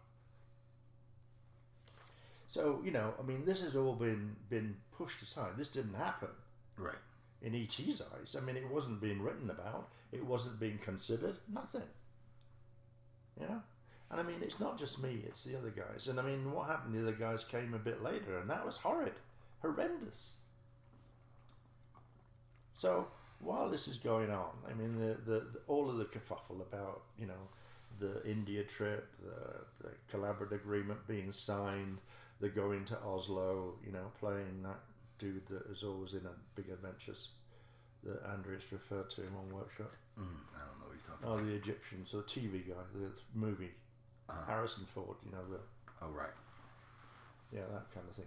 Anyway, so the bottom line is that the new proposal that she brought forward would render me homeless and penniless. And my only option would have been to have left willingly or unwillingly America, go back home and live with my 90-year-old mum, whether I wanted to or not. Right. Basically. That was it for me. And within 1 month, March 2012, I sent a letter to her, copied to Darlene, that was entitled Natural Limits, and it set out for us how we were insolvent. We were technically insolvent. And to trade whilst technically insolvent in the UK is criminal. Right. Right. And so I was laying out for her the kind of budgetary constraints that we would have to live with. And that includes the fact that I was forced to remortgage our property in the prior November of 2011. So, it was a chaotic time for me. And we were losing organisation. We were losing sense, we were losing purpose. Because the control was being taken away from me. I mean, some people like Ash talk about control as if it's a bad thing, and it is between a man and a woman if it, isn't. But I'm talking about business, and business needs to be managed, and it was becoming not managed, and that expresses later in our own circumstances, which I won't comment on because I don't think it's my business. Anyway, April came by. We had the meeting, and a meeting was called with Mac, in which Mac was challenged in various ways. But I know that the root of that was not as it was described. I know that as the Norwegians progressively got more and more involved, that they discovered that the status for Espen Moen, who did the Aurora Earth project, he needed more of a business status rather than just the money that was being bought. He was riding on the back of the money that the other guy was putting in. Mm-hmm. But the stock holding made a difference. So they wanted to change the rules around the stock holding that Mac had been given as part of a package. Right. Norwegians. That was the issue. Mm-hmm. I mean, there were other things going around it, but that was the issue. That was the immovable object. And, a lot of very cleverly things going on with the tape recorder, and projecting meaning into what the tape recorder may or may not have recorded, adding, introducing meaning to something that didn't exist. Correct. Which, we saw quite a lot about that in later months. So, this is when the narrative is really adjusted to satisfy the purpose, someone's purpose that has not been declared. And I'll just recap and then continue the chronological account now, so we won't be going backwards and forwards with each other. But first I want to say I flatly deny attacking Ash in any way, at any time, with my feet, hands, objects or anything else. Much less so the intention. I never had intention ever to do anything but serve the work. But the characteristic that we both shared, which was not enjoying being redirected or even accused of being wrong about something, was a bit of a red rag, and we both had a piece of that in our shields. So I'm not doubting, or not denying that fights occurred, but far less frequently than she accused me of. Right. And meaning derived from those events that far beyond the actual events themselves. So that is cleared up. I hope anyway. I'm not going to talk about it anymore. By the time she reached I'm moving into the workshop on May 28 now, and the fact that she took the entire audience through this whole litany of lies about the domestic violence. She came to the Christmas story, and really, if you just stop and think about it, it's one thing to make up porkies about a human in the room, all 3D and right, weak and whatnot, but then you get to the source of the source of everything, the source of the material, the source of people's belief and trust, and you trash it. You start to change it, right, to fit your own needs. That's the whole point. That is the entire point. Spot on, my friend. I mean, there were just things that were just ridiculous. A rotten Anunnaki CD plate. I mean, it's hopeless. It's crazy. And you finish up with a situation where there was no more Immaculate Conception, no visitation by ETs, because of that, the Immaculate Conception can happen by ETs. J9 was born of John the Baptist and a worn-out old hag called Saradai, who was back, who would later carry her baby, one of the babies, twins she had, 3,000 miles to India. There were no buses or trains or airplanes in those days. And this is a real fat old girl, right, that can barely walk. Do you know what? Mata manifest a bloody donkey for Saradai. Wow. Because she couldn't walk very far. Shit. Anyway, I almost lost my head a second time. I mean, JTB was tainted. He was described as saturated, corruption corrupted beyond redemption. Yeah. You know? Mm-hmm. But, you know, given that, John had received the highest ordination possible from J12 before himself initiating J12 in 10, 11, 12 BC, around that time. And then after that, J12 actually married JTB to Miriam. So, you know, Yeah. I mean, do the Iani mean anything or not? I think that's the point. I know, exactly. And the information they provide, that's the point. That's the point. You know? I mean, we've retrieved 2 CDT plates at different times in our recent history. So we had them in our possession. Right. You know, what the fuck went wrong such that she had to do all this correction and it didn't add up, though? Right. It doesn't add up, of course. I mean, the people I know that have gone over this with a fine-tooth comb are actually appalled because they have a connection to the Iani, the materials, the freedom teachings, just as I did, just as you done, right? And for them to really, really realize what was done to the source, yeah, then they go, well, if this can be said of this, then can't it be said about everything else? Right. And that is so damning, so shattering for some very sensitive people. I'm with you. You know? It's just crazy. Anyway. So, we're out of May, as far as I want to talk about it. And we're into June. Now, June. I mean, this begins to affect everyone around the world. Not just the people that came to the workshop. Everyone is getting involved now. Right.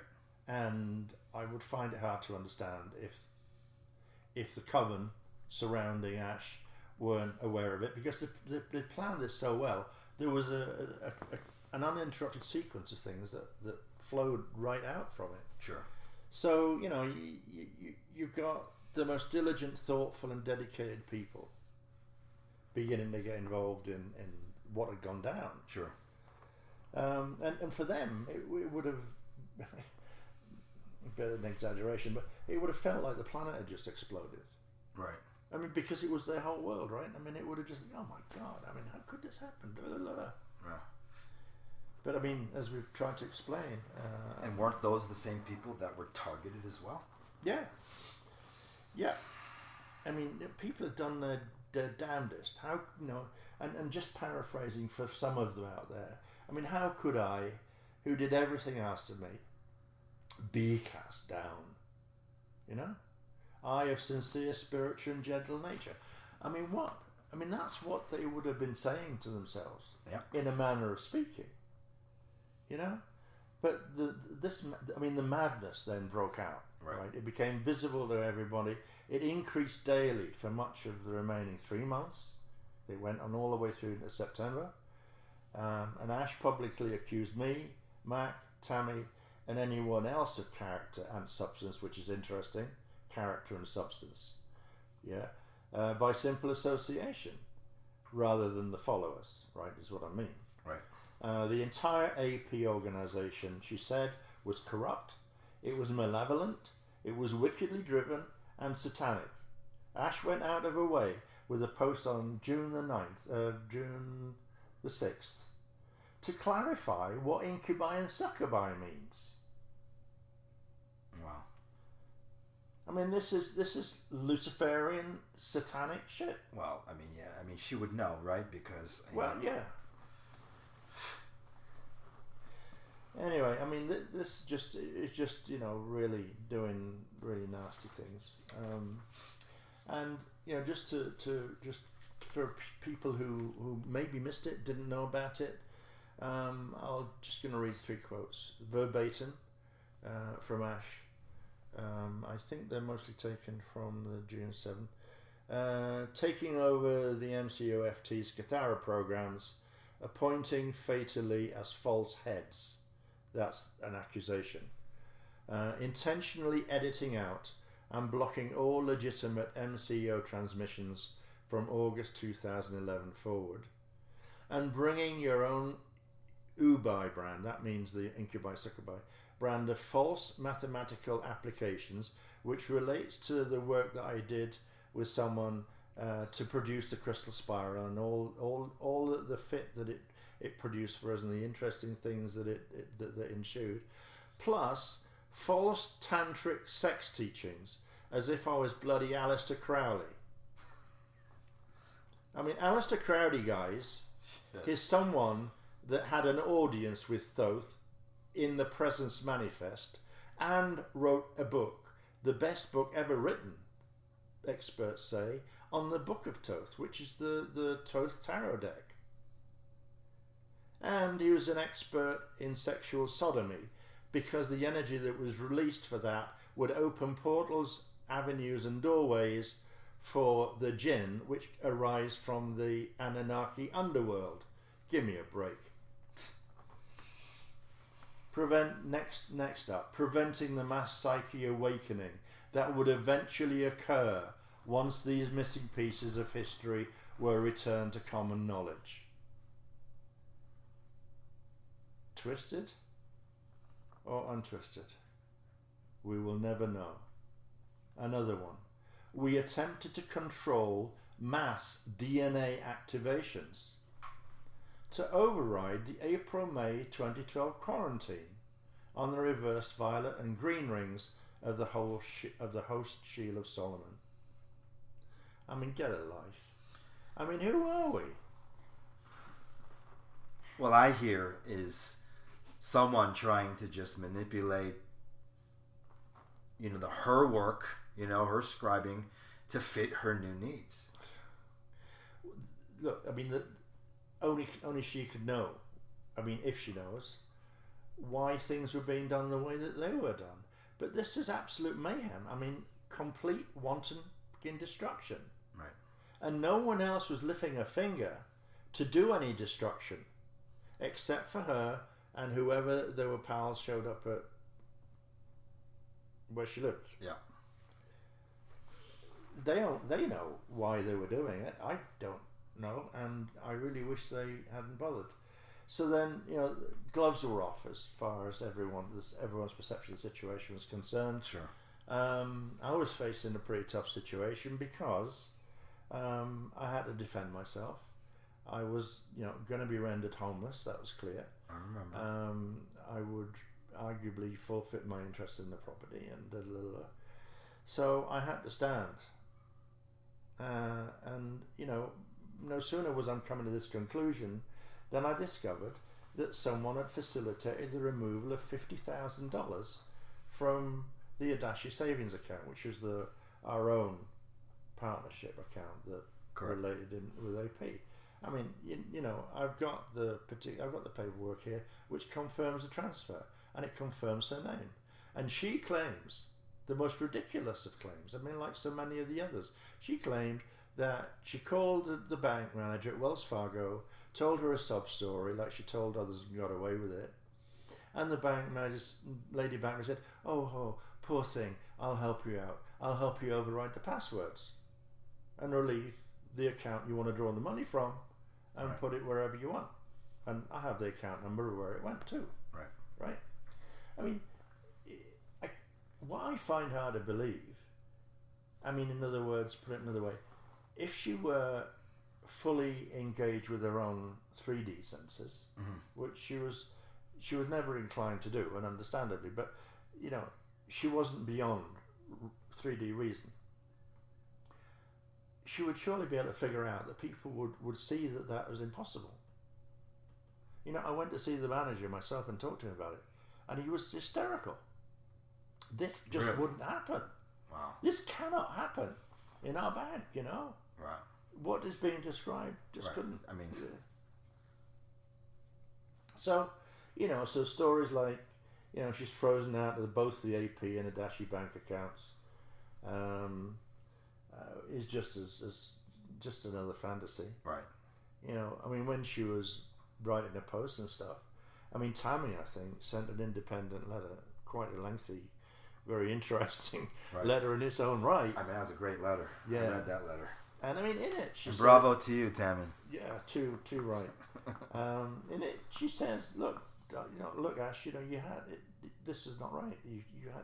You had money, you had access to the accounts, but you can't play with an AP Inc.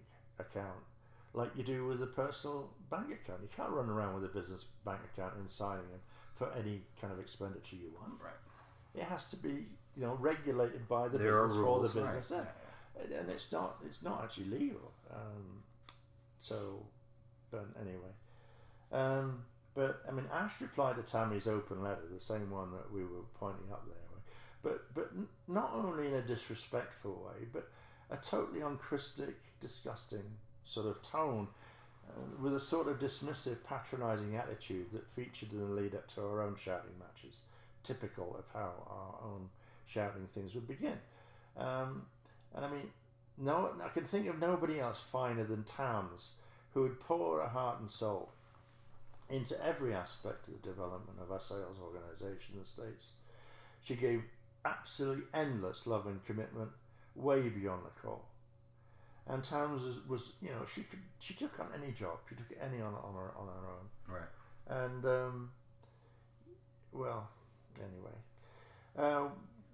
reading on what Tammy had to say, we found a point where Ash had obviously tried to recruit Tammy to her side.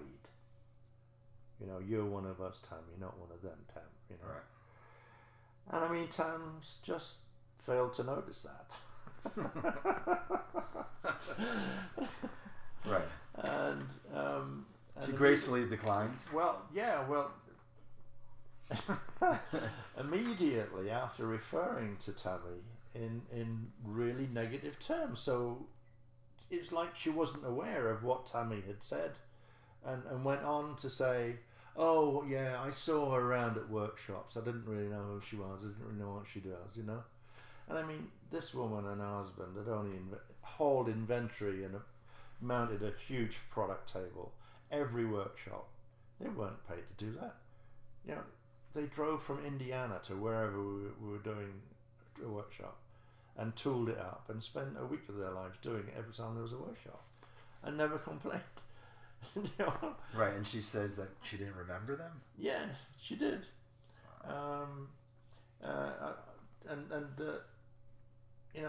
Ash went on to say, well, I one time attended a social dinner with her and her husband, I think, only at Speaker 2-3's request before we left to the UK. And from then, if you read what Ash wrote, she then goes on to say, I had hoped that Tams would have been able to see the truth enough.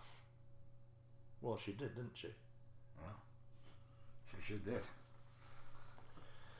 And anyway, so Ash then goes on, still not seeing what's going on, and to quote, she says, Tams was overheard saying that I haven't believed any of Ash's bullshit since 2011.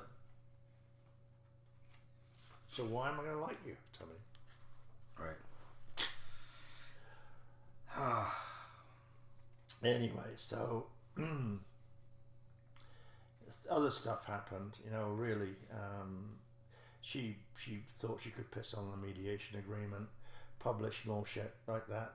Yeah. And I mean, she finally got a bollocking from her attorney. She got called in and told that she got to stop. All that provocation, all that nasty talk to her, she had to stop because she'd do herself harm in the unfolding divorce process. Right. Doubtless, I mean, just a notion passing by that he said, look, rather than doing harm that way, we'll do harm my way, the lawyer, right? So they set about sending me summonses. So I faced 4 summonses, okay, and I'm going to deal with these one by one because they're just historical. Every one has Ash requesting the judge to find me guilty, and if finding me guilty commits me to 30 days in the slammer, right, in jail. Right. Now just think about what times in jail could mean to my ability to withstand the duration of the divorce that I did. I couldn't see the end. I didn't know where it was. Sure.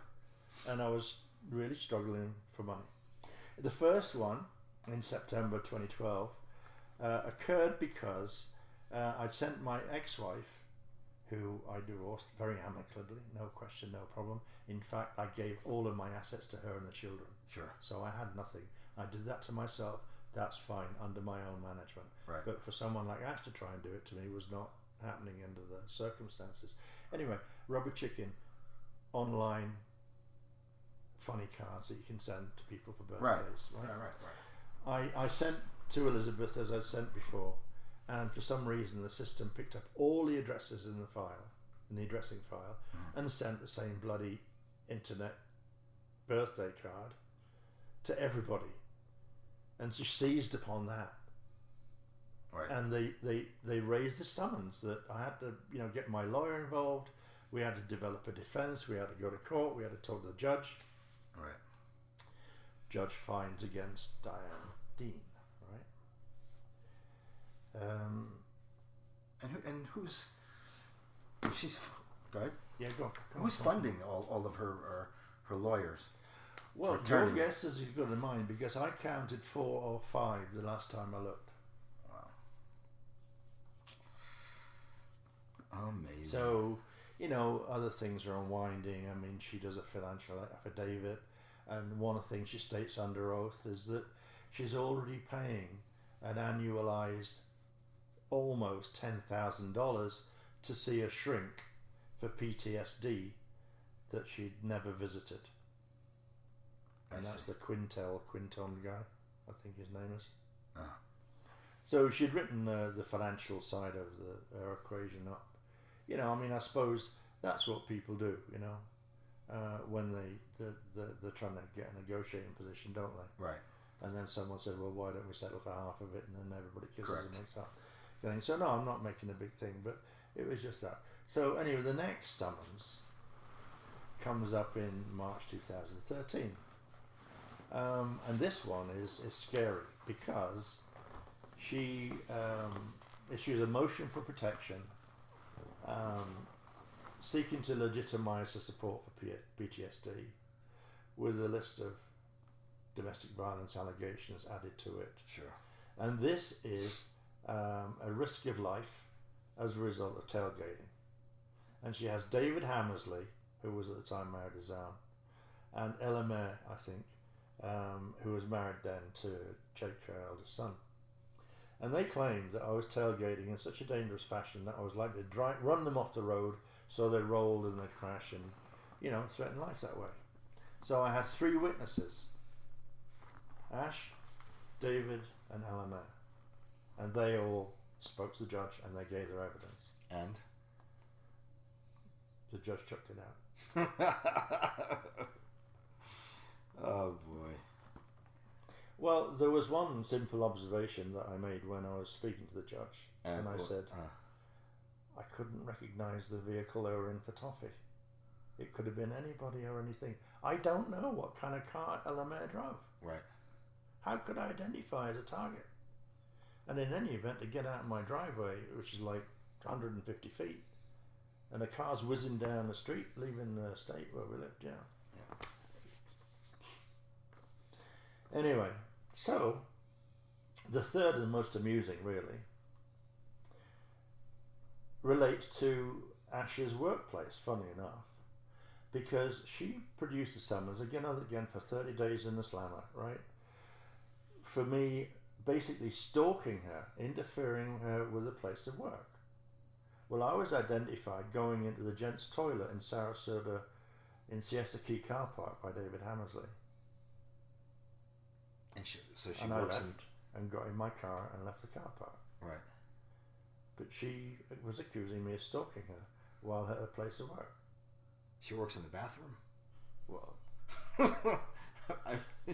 go figure, man. I mean, that's just absolutely ludicrous. But whilst this was going on, I remember she was in the witness bench, and the judge said to Ash, she looked down and she said, "Where were you at the time that Mr. Deane was found in the toilets?" Oh, she said, "I was in my van." She'd often use a van before, for workshop prior and everything. We used to use a van too. Yeah. In my van. And the judge said, "Did Mr. Deane know you were in the van?" "No," said Ash. Case dismissed. Yeah, case dismissed. Unbelievable.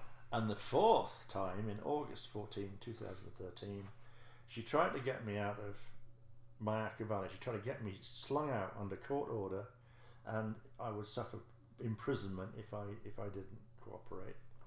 In order to get her mother into that house, because she was virtually homeless, she was pissing in a bucket, and all of that was shown to be a pile of nonsense, another pile of bullshit. And it was How so? Case dismissed. You want to expound on that, or just? Well, I mean, the ownership of the mother's property, the size of the property was not too difficult to find. Right. And it was perfectly evident that it was a decent neighbourhood, decent quality property. Right. It was a multi-person accommodation. There was no idea that there'd be a bucket down below that the only one you could use, and all that kind of thing. Gotcha. It was an inflation. So moving on, in the same month after that summons, and this is all about the prolonged divorce action and the attrition that's going on, is that during August 2000, her legal CPA is brought in as a witness to speak to the judge and to explain to the judge about her circumstances. During that presentation, her CPA tells the judge that Ash has reported that she had no income whatsoever for the whole of 2013. Wasn't she doing workshops online? Or no, she wasn't online. She was doing it in real time. She was in real time. Yeah. Whereas, according to my calculation, based on the AP Adashi, the foreknowledge that Mac and me had about what costs what, how much does a coach cost? How many people do you put in a coach? What's the cost of because we're using the hire all the time. All that was standard cost, so we knew what they were going to be. I mean, I was able to estimate an income total in excess of 200,000. But she claimed that she didn't make anything. Yeah, that's what her CPA told the judge. So she hid the money illegally then? Well, I mean, I presume so. I mean, I don't know. I'm not saying that absolutely, but where'd the money go? I mean, there was other questions that could have been asked legitimately, and if I'd have appeared in the divorce trial, look, you've seen all these papers around me. Right. This is all evidence that's never come out anywhere. Right. I mean, there would have been mayhem if it had gone to trial, and what's more, I think her lawyers knew that. Correct. And really, there were 2 points of interest. One, to destroy me and not give me anything. Right. Or as little as possible. And the other is to retrieve the intellectual property and the copyright, and therefore basically resurrect and continue to run an AP. Right. All right. Because they, it seems to me that was what the purpose was, what their objectives were. So, after all this crap goes on, we're into 2014, and I mean, my lawyer is out of dough. He's pro bono for me, right? And he's keeping his word. He's doing everything he can, but he didn't prove to be the lawyer I thought he was in the first place. But he's a very nice man, right? And in that respect, he hung in, but it was getting harder and harder for him to do. And the other side were all of these numerous lawyers were never finding a single congruent date. And so the judge was calling for date setting meetings, and they were going, oh, well, I can't make that date. No. She had a third one, and she said, look, you guys, you got to be here. I need you in this court. Pick a date when you'll be here. And she got real tough. And that led to the end, because then we got a date. And within weeks of getting a date, well, not within weeks, in days, okay, what happened? I got an offer. Kind of offer. Not a very good one, but it would bring everything to an end. Right, but you've received an offer from Ash, right? Yeah. Okay. But then everything was duress, because even though we provided, say, the copyright and IP part required the masters being surrendered. Ash, with or without the help of a technically savvy person, thought that we kept digital masters. Technology that was relevant to the period 2014, but not relevant to us producing DVDs back in the day, back in 2000, back in 2004, when Mac and everyone, when we began to, when we began self-production was more or less when we shipped it to England. Mac started off AP, and we never produced digital masters.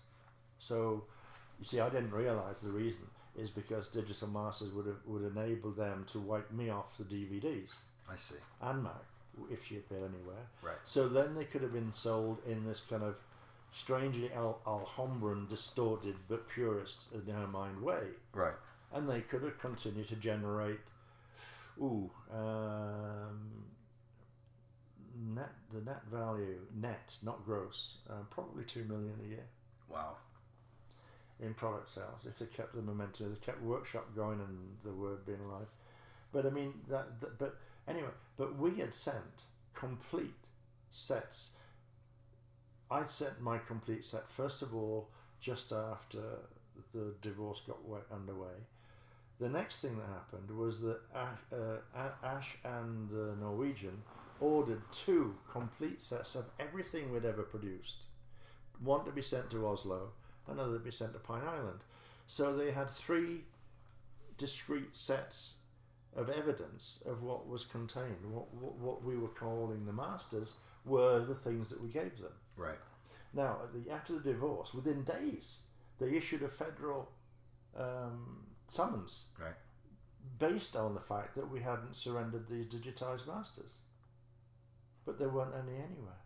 They weren't ever, and didn't ever exist. They demanded the Azerite press content, which was provided on a disc that they didn't locate, but they did. They demanded the Azerite website GoDaddy.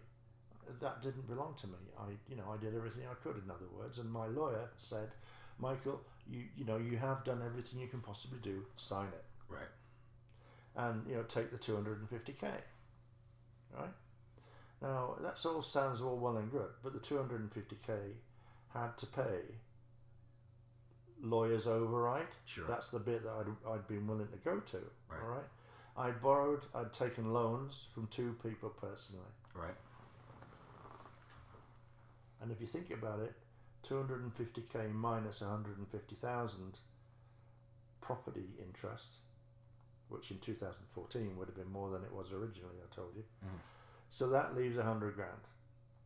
So let's pretend that I don't owe anybody any money and I get to keep 100 grand. And I've been in service under my commission for 10 or 11 years. Right. So my salary was 10,000 a year. So not until Scotty and Mac finally decided to get their ass in gear, and the squeeze came from them being cited in the federal court case. They got their finger out and they provided validated evidence that they were going to say in court these things, and that included the Irish office coming to speak to the same point, Mac finally coming to speak to the same point, and Scotty coming to the same point. All of that could have been avoided had that same fairly limited energy being put into the situation right at the end, but it wasn't. So really, that is how the divorce scene played out. Damn, it sounds like a bad movie, man. It was a bad movie. My God, man. From the moment it started to the moment it finished. Now, you see, you get around to thinking, like, when years pass, and like I said, that karma comes into play, and sure, it begins to make things apparent. Correct. It was a weird accident when I was thinking about the India workshop, funnily enough, and what happened after the workshop. So I came back from there and found her eldest son in a bit of a serious mess, and our bank account forged checks for $11,000, and Right. that cost us quite a lot of money. But I mean, I don't know why, but it was like Demon Fest was more like a continuing thing for me. I sort of realised that kind of influence had been working for a much longer period of time. And I mean, I wasn't considering it all personally. It wasn't just because India, I'd been accused of a ton of stuff, and Right. and I was hounded here, there, and everywhere, and accused of things and stuff. And I mean, Ash's son, who was after the Indian workshop, I got KS's to buy him. We raised $6,000 to buy him a motorbike. He came and lived in my house. Right. We bought him a $6,000 motorbike so he could go and find a bloody job. Mm-hmm. Because it wasn't happening anywhere else, if you get my meaning. Right. So yeah, I mean, the demonic kind of feeling, the negative spirit, the bad spirit influencing things. I just mused on it for quite a while, and I got around to connecting some dots that went way back, and I'm talking about my dots. So I'm not constructing something, and the final part to this will be what I came up with, and it's called speculation. Correct. And it goes way back in history, and I am implicated in it. Ash is implicated in it. I mean, God knows how many people were touched. Their shields were touched by the things I'm going to talk about next. But I'd like to take a break, freshen up a bit, potty, and Beautiful. we'll do the final thing. Yes, and remember, this is just purely two friends chatting and giving their opinions. Absolutely. Right? So, okay, we'll be back. Which amendment is free speech?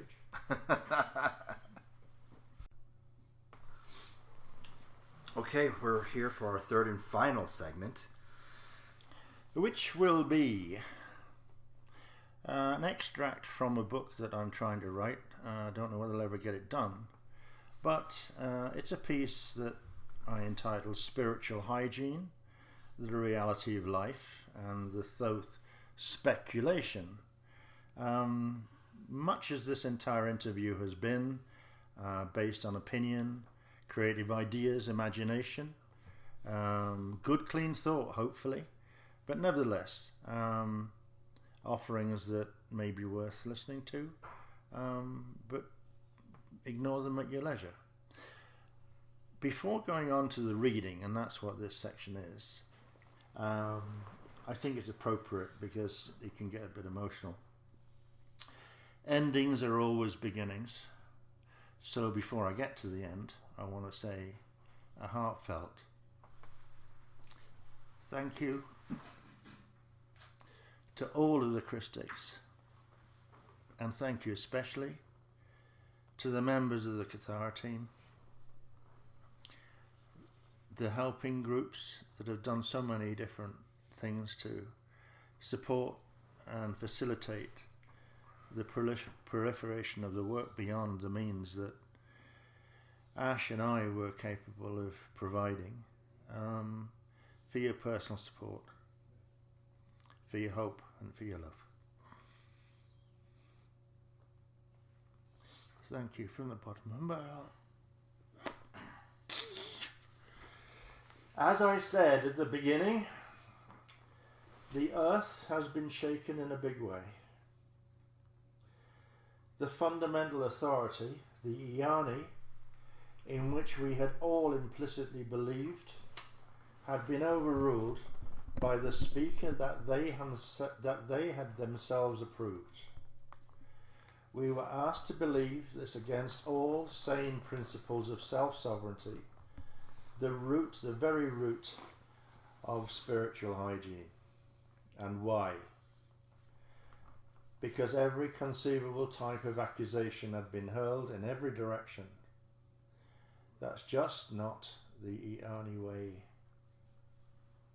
We were also asked to believe that errors were possible from the fountainhead, of the core teachings, the CDT plates and the example of the Christmas story, we were also invited to share in Ash's change of mind concerning a major contribution made by myself and another I worked with concerning the crystal spiral.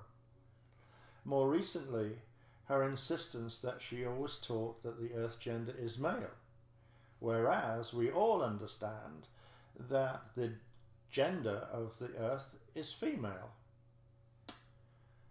Too many changes, too few reasons, too few acceptable reasons.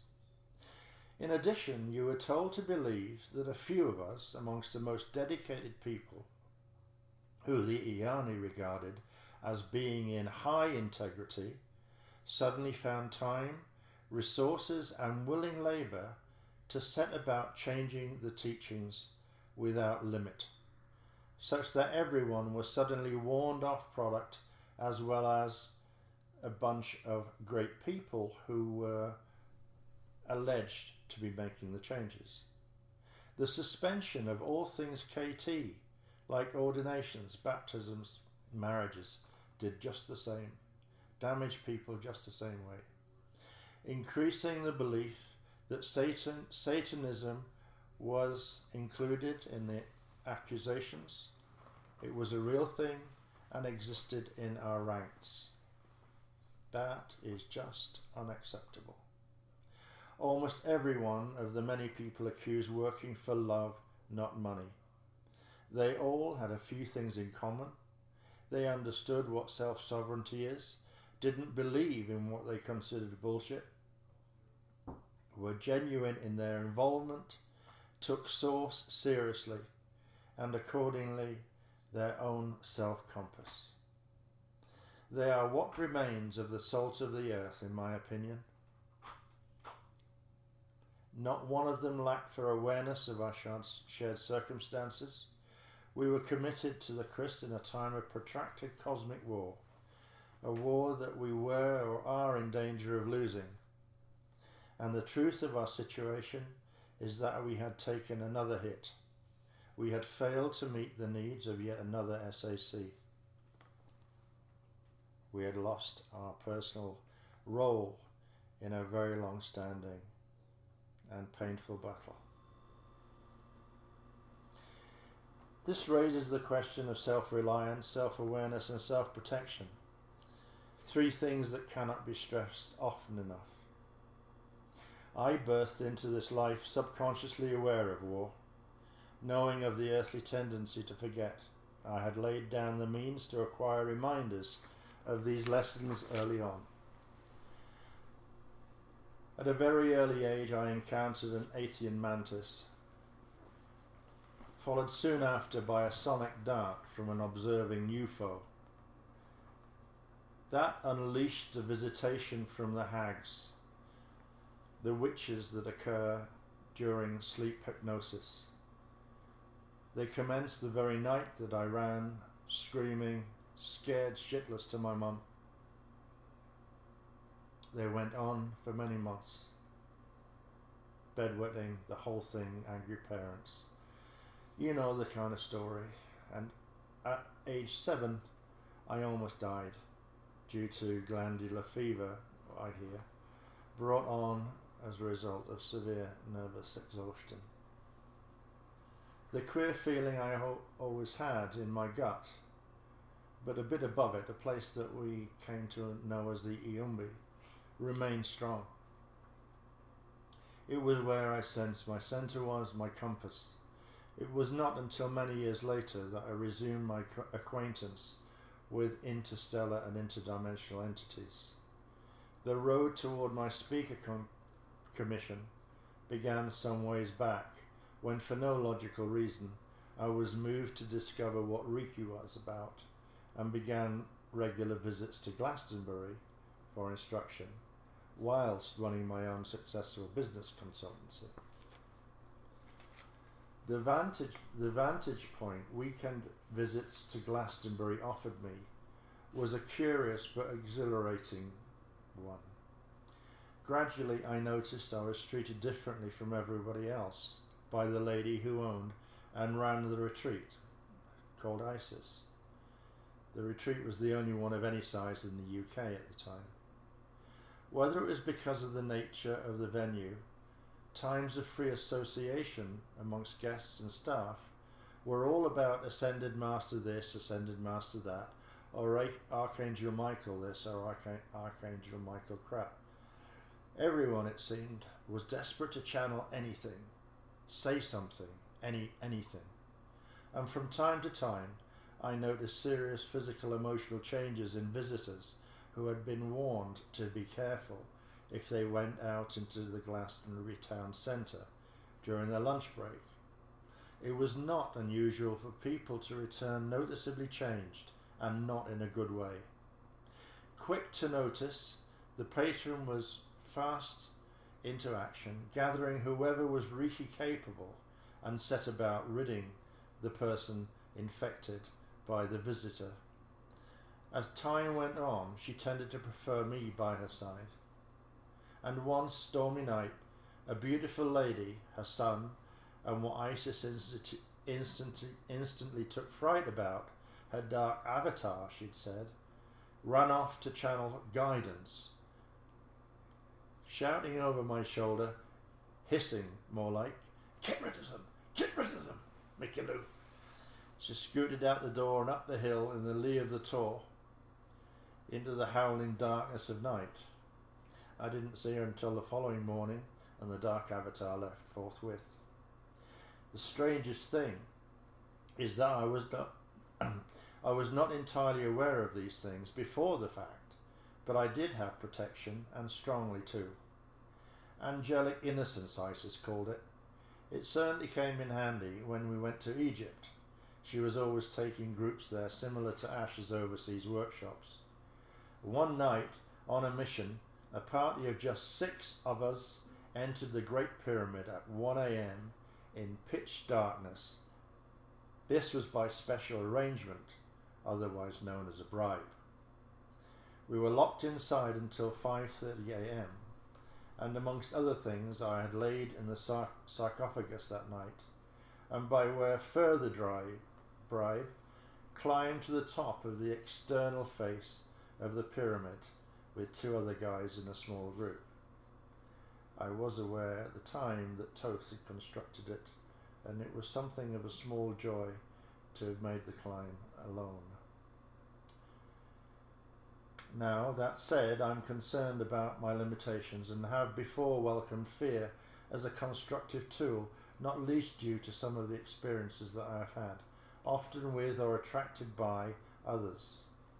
I shall never forget, for example, that after the Treaty of Altair was broken, while we were in the UK in September 2000, Ash was attacked by hyperdimensional soul chompers, she said. I tried to intervene, but was not guardian ready.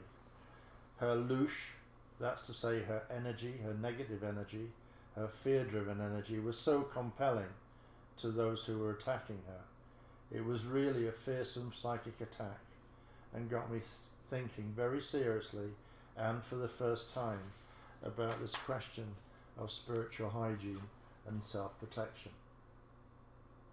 I take it that you will understand that this business about louche negative energy is about feeding. It is interconnected like everything else, and especially by all forms of fallen entities. As far as Mother Earth is concerned, this particular phenomena, notwithstanding other fallen angelic races, occurred about 500 to 550 million years ago as a result of an action by the Anu Elohim, who consciously exchanged their genetic capabilities. They traded a minimum 12-strand DNA Christos potential, quite knowingly, into an aberrant 11-strand DNA mutation. They did this purposefully, so they could be free from all source-centered obligations, choices and options. How on earth they came to that conclusion, I just can't possibly begin to guess. But they enabled themselves to explore some seriously hidden options, free of source or founder interference, relying as they must on other life forms in other life systems for their energetic sustenance. The lowest conceivable frequency, the better.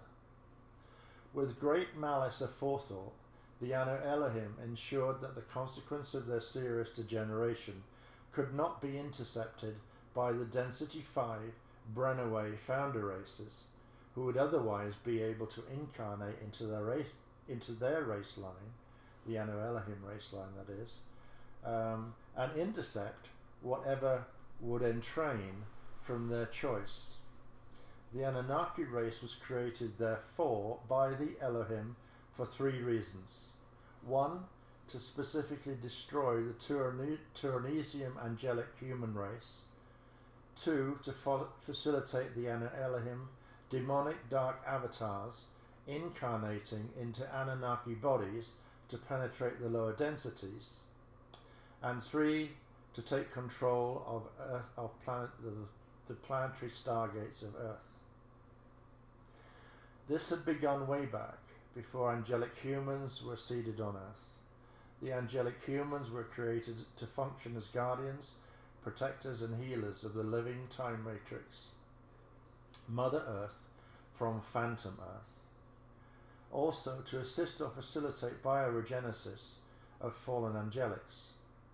And that is precisely why the Anu have had such, or Anunnaki I should say, have had such a long, lascivious and incomprehensibly cruel focus on Earth populations for maybe 300,000 years. The regenesis aspects of our purpose has been a particular cause of difficulty throughout all time by insincere or deceitful parties engaging with a distinct lack of commitment, which has meant that human progress has been retarded if not slowed to a standstill, and in many cases gone into reverse due to further interbreeding and enforced interbreeding, I should add, and metatronic coding. This has finally brought the many competing interstellar groups into some degree of unified expression, to the extent that the United Intruder Resistance raised the war stakes in September 2000 to the most overt level ever witnessed. The Anunnaki, spawn of the Anu Elohim, had been active on planet Earth due to their need for gold, initially. Enki and his Luciferian Anunnaki strain created the Lolcus Neanderthal, which marked the beginning of concerted acceleration of a long line of experimental interference with the evolution of our own species, as well as others, around about 300,000 to 50,000 years ago. And I should say that, interestingly, as far as deceptions or mixed or muddled agendas, that the Anunnaki entered the Emerald Covenant around about the time that the creation of the first Lolcus Neanderthal strain was affected. The particular list of key stages and heinous Anu Elohim Illuminati deeds can be found in Voyages 2, pages 319 through 327, and I believe that Arrayas Productions can supply Voyages 2 in PDF form to anyone who wishes to acquire a copy. However, my speculation is more focused on the personifications, personality and character of one of the earthly leaders of what we are knowingly or unknowingly up against, especially people that occupy special positions, aka speakers.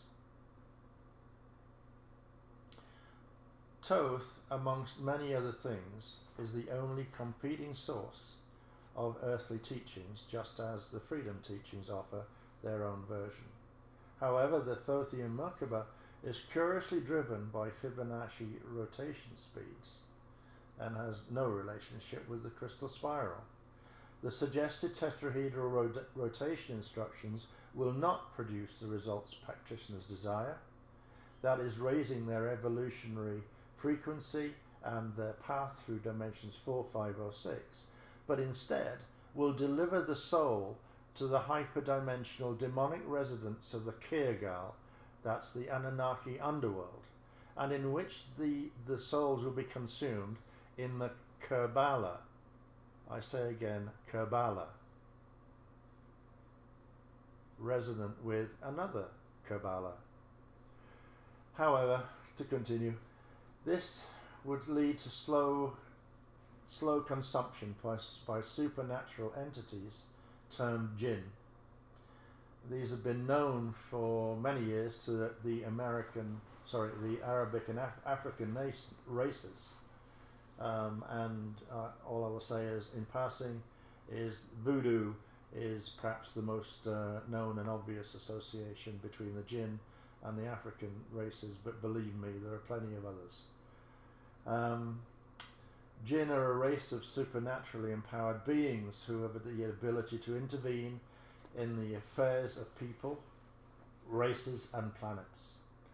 The Babylonians alone reckoned that there were over 600 of them, individually each one named, and they could be configured in magical rites to perform various tasks and services. If you want to take a closer look at what I'm talking about, the movie Fallen featuring Denzel Washington, 1998 I think. That's a good illustration of what these bastards can do. Anyway, returning. In original Gina Abul Sumerian, which is another way of referring to the Anunnaki, the word jinn, when decomposed to its original photonic root, is haine, which means that which mixes power and fear, interestingly enough. An apt description of how humanity has always regarded the reptilian race. In times of war, any effective tool is utilized. And as Sun Tzu would say, war is always won in the mind of the enemy. A quote that is hugely reminiscent of Tothian guile. It would appeal to him greatly. It is said that the lowest level of the Kurgal, the Kabbalah dimension, is the source of much conflict among the Anunnaki and the other souls that become resident there. Whoever has the power in the Kabbalah necessarily becomes master of the other two dimensions, the Kurgal and the Ki. The ruler of the Kabbalah is literally called the eye that sees all things, and sits atop the inverted pyramid. That is to say, he looks up, the eye looks up at the dimensions above it, so it can always see whatever is going on, and retains power and rule at all times. In other words, this is a place where chaos rules and seems to rule perpetually. But I ask myself, where the awareness of such matters have been removed from the New Age paradigms, the spirit world is not given any credence anymore. Whereas just a few hundred years ago, it was recognized as a regular part of life that spirits like consciousness float around, since they're elements of energy, all around us, all the time, looking for opportunities to enjoy themselves, have mischief, and to generally cause chaos at whatever level is that their powers are capable of. So these are much more pertinent to a war footing, but in an unknown sense. And these are the unseen enemy that feed off us. So, it leads to some strange conclusions, like why aren't we starving them out, like removing our loving connection, and to bring this earthly misery to a rapid end. Anyway, put it in its most simple, it is due to the systematic preparation to corrupt and manipulate humanity, which has been going on long before the fall of Atlantis. The architects found there, and I have thought in mind obviously, designed a world for humanity to forecast, plan and adjust using quantum computers, or superior to quantum computers in our knowing, so that the next multi-generational Illuminati steps are already laid down. how governments, mediums for mind control will evolve, die, be involved in war debt and population debt, identifying all and any opposing or competing forces, plan for their eventual takedown within the overall plan, so they can just simply proceed steam ahead at will. They always appear to be the champion of all points of view, all arguments, but in truth none but their own. This is what the Protocols of the Elders of Zion lays out and describes in some detail the methodology and desired outcome for the Illuminati shadow supervisors.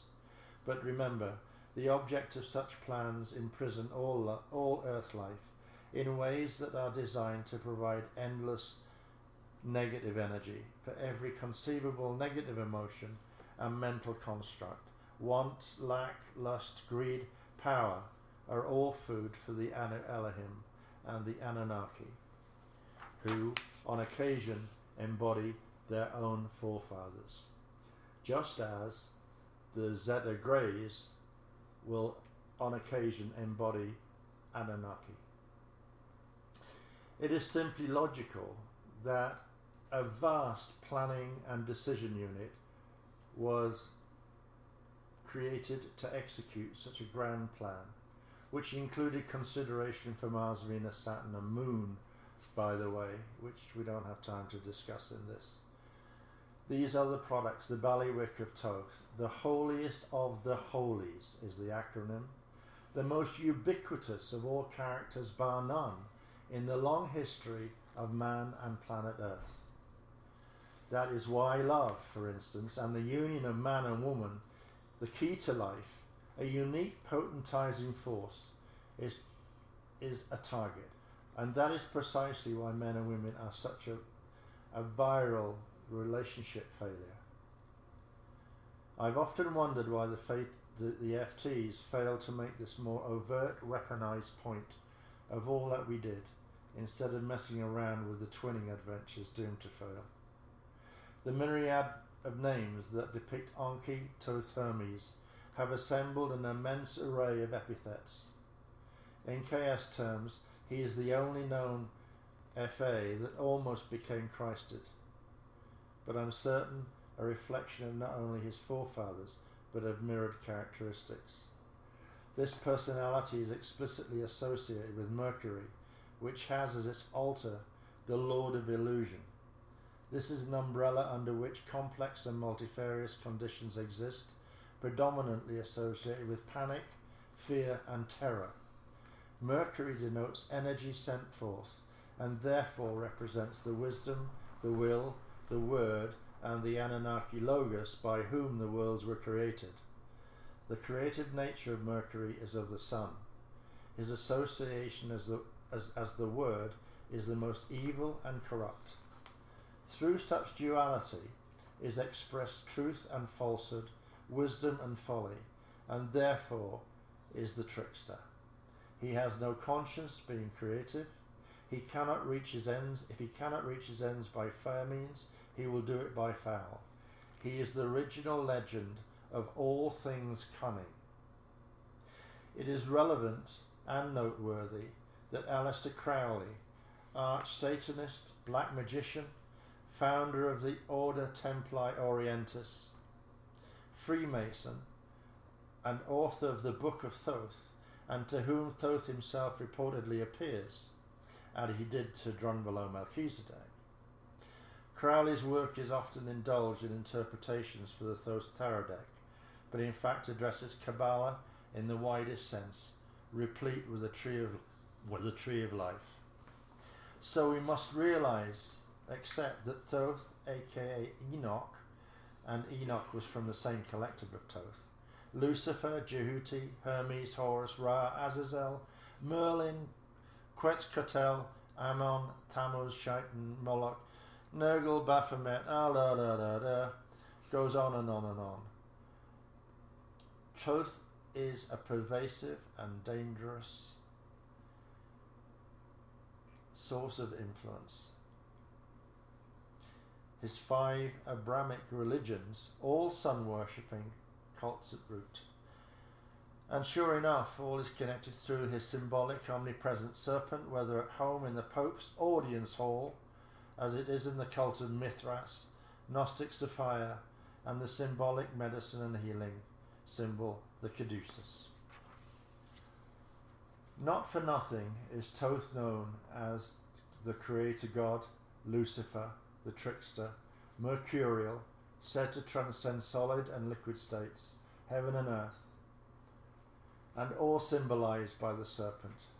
He has assumed the name of the trickster due to his purposeful use of ambiguity. From kinks and mutations he created in the human genome, which range from immense contusions in the male-female power base to the human disenfranchisements associated with Illuminati, law, socioeconomic structures of immense polarity, caste, class-based systems, institutions and their propagandistic nature, such as educational and scientific institutions and ever-expanding agencies that restrict human thought and expression. For instance, the naivety that is now being considered as offensive to Muslims, etc., etc. All of these creations, I'm telling you, are the creations of the Anu Elohim Anunnaki Illuminati institution, group, organization, as a control mechanism, complete in every way that I've outlined here, to affect life on planet Earth, and therefore the potential for our success in the angelic human indigo mission. The beneficial nature of this undoubted talents brought by accomplishment beyond magic, alchemy, immortality, and shapeshifting. Note shapeshifting. He brought or introduced things like writing, the alphabet, gematria, astrological, astronomical, biological, metaphysical sciences, agriculture, especially irrigation. The Great Pyramid was a massive Nile Delta irrigation device, apart from other things. He offered instruction on wisdom, the mind, thought, logic, reason, meditation, intelligence, reading, you name it, all the way down to designing constructs for democracy, communism, Christianity to Mohammedanism, the laws of the land and life. But just one form, interestingly enough, of the value of exchange and associated debt. He was not going to release us from that. He was a dominant patriarch, rigidly hierarchical, caste-based totalitarian. But we shouldn't forget source-aware, as are all Anunnaki. They are. So, such is the infestation of every culture on every level for hundreds and thousands of years. Anu Elohim are the Illuminati, after all, through which Thoth, according to the FTs, became almost Christed. Instead, he chose the Old Testament, Yahweh, Abraham, Moses, Illuminati, and the Freemasonry. Following the SAC of 22,346, Thoth responded in furious preparation for 2012. First, he was offered and accepted as a speaker-translator by the Iani Master Council in 22,340 BC, feigning to be cooperative, to be supportive of the bioregenesis and all that the Iani and the angelic humans were so anxious to develop.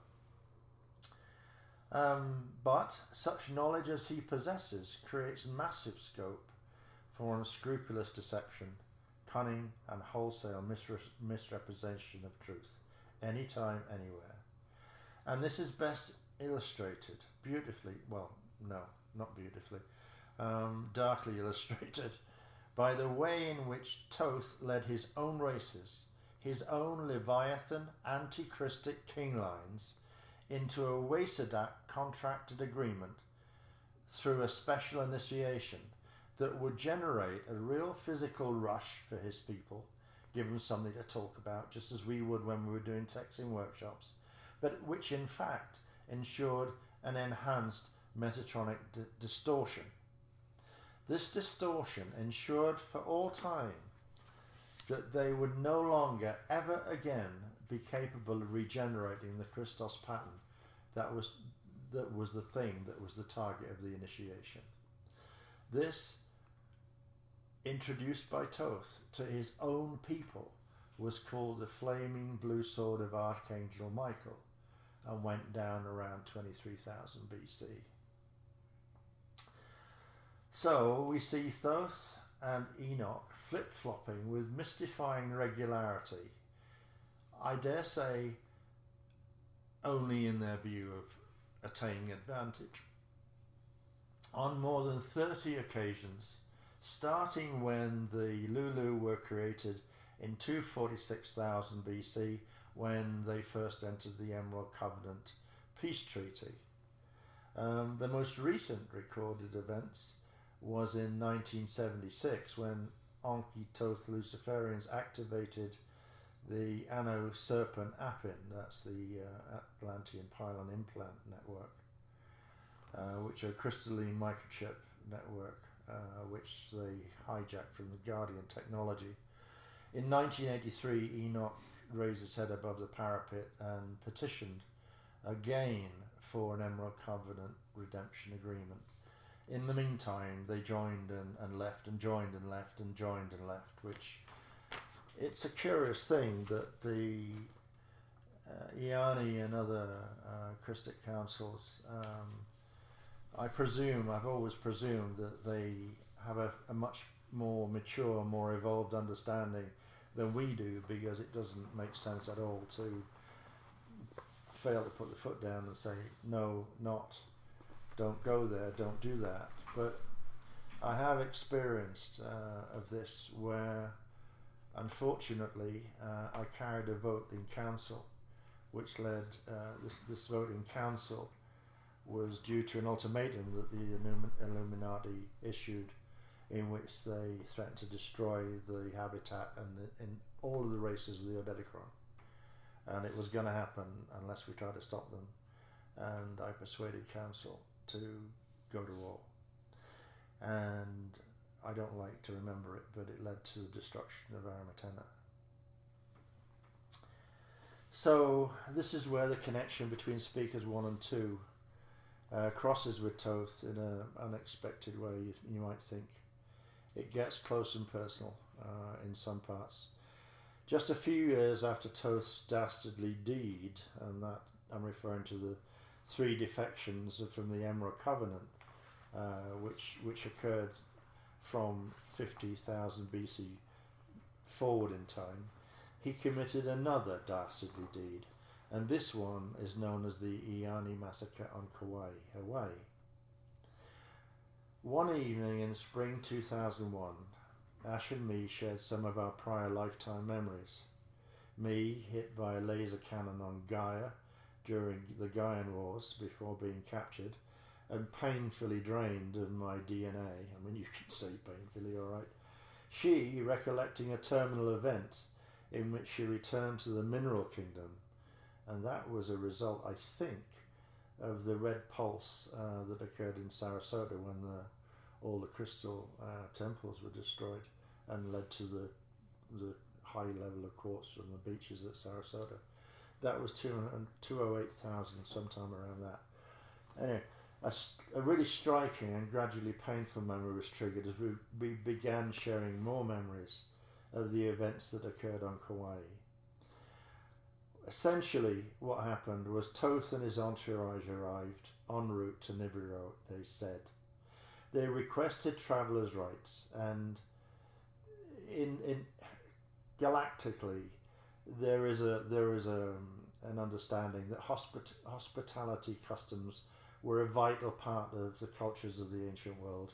So if someone showed up on your doorstep and they asked for, clothing, accommodation and whatnot for a reasonable short period of time, that it would be granted. And so they requested travellers' rights, and the people followed these customs as even a sacred kind of codes of conduct. So it was granted to Thoth. The real purpose of the visit was to remove our guardianship of CDT Plate 11. That was what he was there for. It didn't reveal that to us.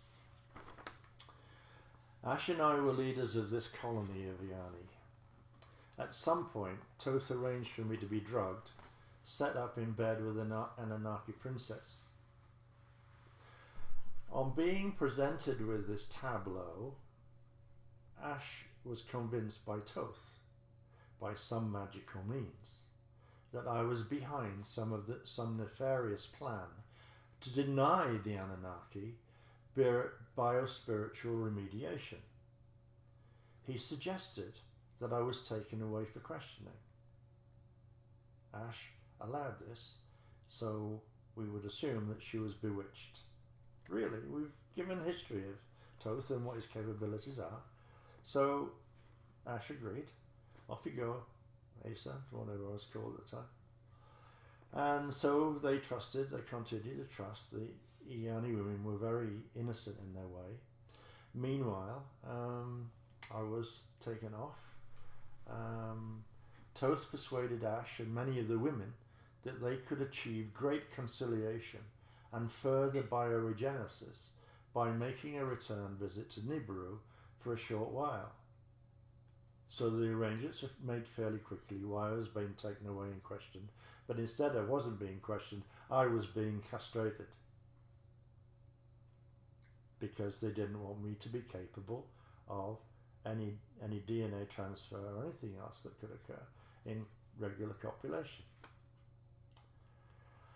The Anunnaki agreed to leave a contingent behind as insurance. That's very good of them. Our Iani women, left with Toth, who later caused Ash to marry him, only to discover afterward most of the women were chained to breeder slabs, where their DNA was harvested with unspeakable ferocity by the awaiting Anunnaki studs. Me and my men on Kauai were treated as game. The Anunnaki knew well enough how to prepare their sacrificial lambs. They hunted us down, they terrorized us, driving down our frequency, fully adrenalizing our blood, and in many cases anally cording us according to their predilection. That same session, I believe, Ash expanded the Thoth narrative by telling me that when she was about to conceive Alexandra Shantizandra, she became aware, far too late, that her then partner was in full overshadow by Azazel, a personification of Thoth. In other words, she was conceiving by Thoth in any other language.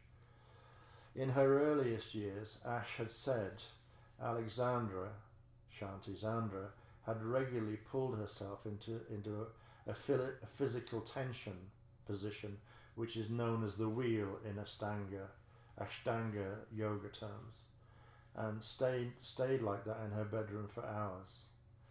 Now I know that in some areas this position is a sign of possession in certain parts of the world. Whether this applies or not to Zan proved to be, whether or not this applied to Zan exactly, I couldn't possibly say. I don't know. And this is all a speculation, bear in mind I've already pointed out. But she proved nevertheless to be spiritually disturbed, in my opinion, and an aggressive child at best, as we mentioned here and there in the rest of the interview. While in the UK, 2003-2005, as she grew towards puberty, and a tricky time for various influences, I really could feel her bile rise and fall, and I suspected that she was up for certain kinds of tricks, possibly that Gruber had led her to. She was channeling the Great White Brotherhood, but it wasn't confirmed by third parties until multiple people commented during and after the Shasta workshop in 2006. During the same UK period, Ash commented quite often that Thoth would pass through the walls of our rented property, trying to seduce her. Sometimes, I believe, using the guise of Pharaoh Akhenaten, to whom Ash had been married and bore a son around 1360 BC. Akhenaten Thoth was ascending Anu populations and excluding others, presumably aware that the empty sphere was damaged, and that put his chosen ones at risk. There's much more to that story, but I'll keep this short. Finally, the post on the night before of the that's just a reference to his mum rolling her eyes and using the Ouija board again, so we'll leave that out. In 1996-7, I was invited to the first introductory presentation of the FOL at Shambhala, Glastonbury. I was captivated but not captured by the suggestions of science that never actually developed. I worked with Drunvalo Toth Merkaba, but really couldn't get along with it without knowing why. The ugliness of the asymmetric tree of life left me cold, and there was something totally wrong with the self-division presentation. At the time I couldn't understand. I subsequently met and worked briefly with J.D. Stone, Drunvalo and Norman Milanovic. I felt more directed in my own company. Soon after that period I encountered Bilbula and Maya Natumid of the Temple of Thoth. These people really meant business, and I realised that Drew was simply blowing smoke up people's asses. The real Thothian power was being expressed through Bilbula and Maya Natumid, who were the strategic force, and they it was that maintained the Temple of Thoth in Crestone, Colorado, which has now been located, interestingly, in Kauai. Working with Bill was very interesting. The sacred geometry of the retro grids was fascinating, but Anu grid work I later discovered. I later tried but failed to make the cut to join the Paraclete Order in the year prior to finding Voyagers 2. But their initial quota of 55 members, thankfully, had already been filled days before my application. The point in the above is that Alistair Crowley, Drunvalo, Alice Bailey, Niamh Tumid, Bill Bueller, Hertak, Ash, and doubtless hundreds more I know nothing of, have all met and reported a materialized personification of Mr. Mercury Moon God, the great illumined Enki Thoth Enoch. Doesn't such convince anyone of the possibility of direct ? In my opinion, the most appropriate context to view the so-called split is what I would call a coup. However, much as one side has to gain or lose is not the point. How we complete our lifetime is not evolution either. However, there are such things as pique and effrontery amongst personalities of the galaxy, as well as other more destructive emotions that we may observe. This, I respectfully suggest, is the direction that is the most fruitful source, inasmuch as it is the only one which offers any sort of explanation for the interconnectedness of destruction that touched our hearts and minds. What I'm saying to you all, beloved ones, is that I give more credence to the possibility that Ash's shield associations with Thoth could have led to her being influenced to the extent of what we saw between 2008, 9, all the way through to 2012, and even as I experienced it through the divorce process too. So the moral of the story and the true nature of our FT's experience is one of awareness of the critical importance of spiritual hygiene, self-sovereignty and self-protection. The reality of our personal frequency holding capacity. It was one of the major drumbeats of the earlier years, and by gosh, do we have reason to remember that today. Thank you all for listening. I think I'm done. Ta Asia Inta Doe. Cosmic, see the way my DNA active. I'm feeling kind of cosmic, see the way my DNA active. I see the forces plotting, see the mind tricks played on the masses. Why does nobody Nobody wanna stop it. Is it only me on display?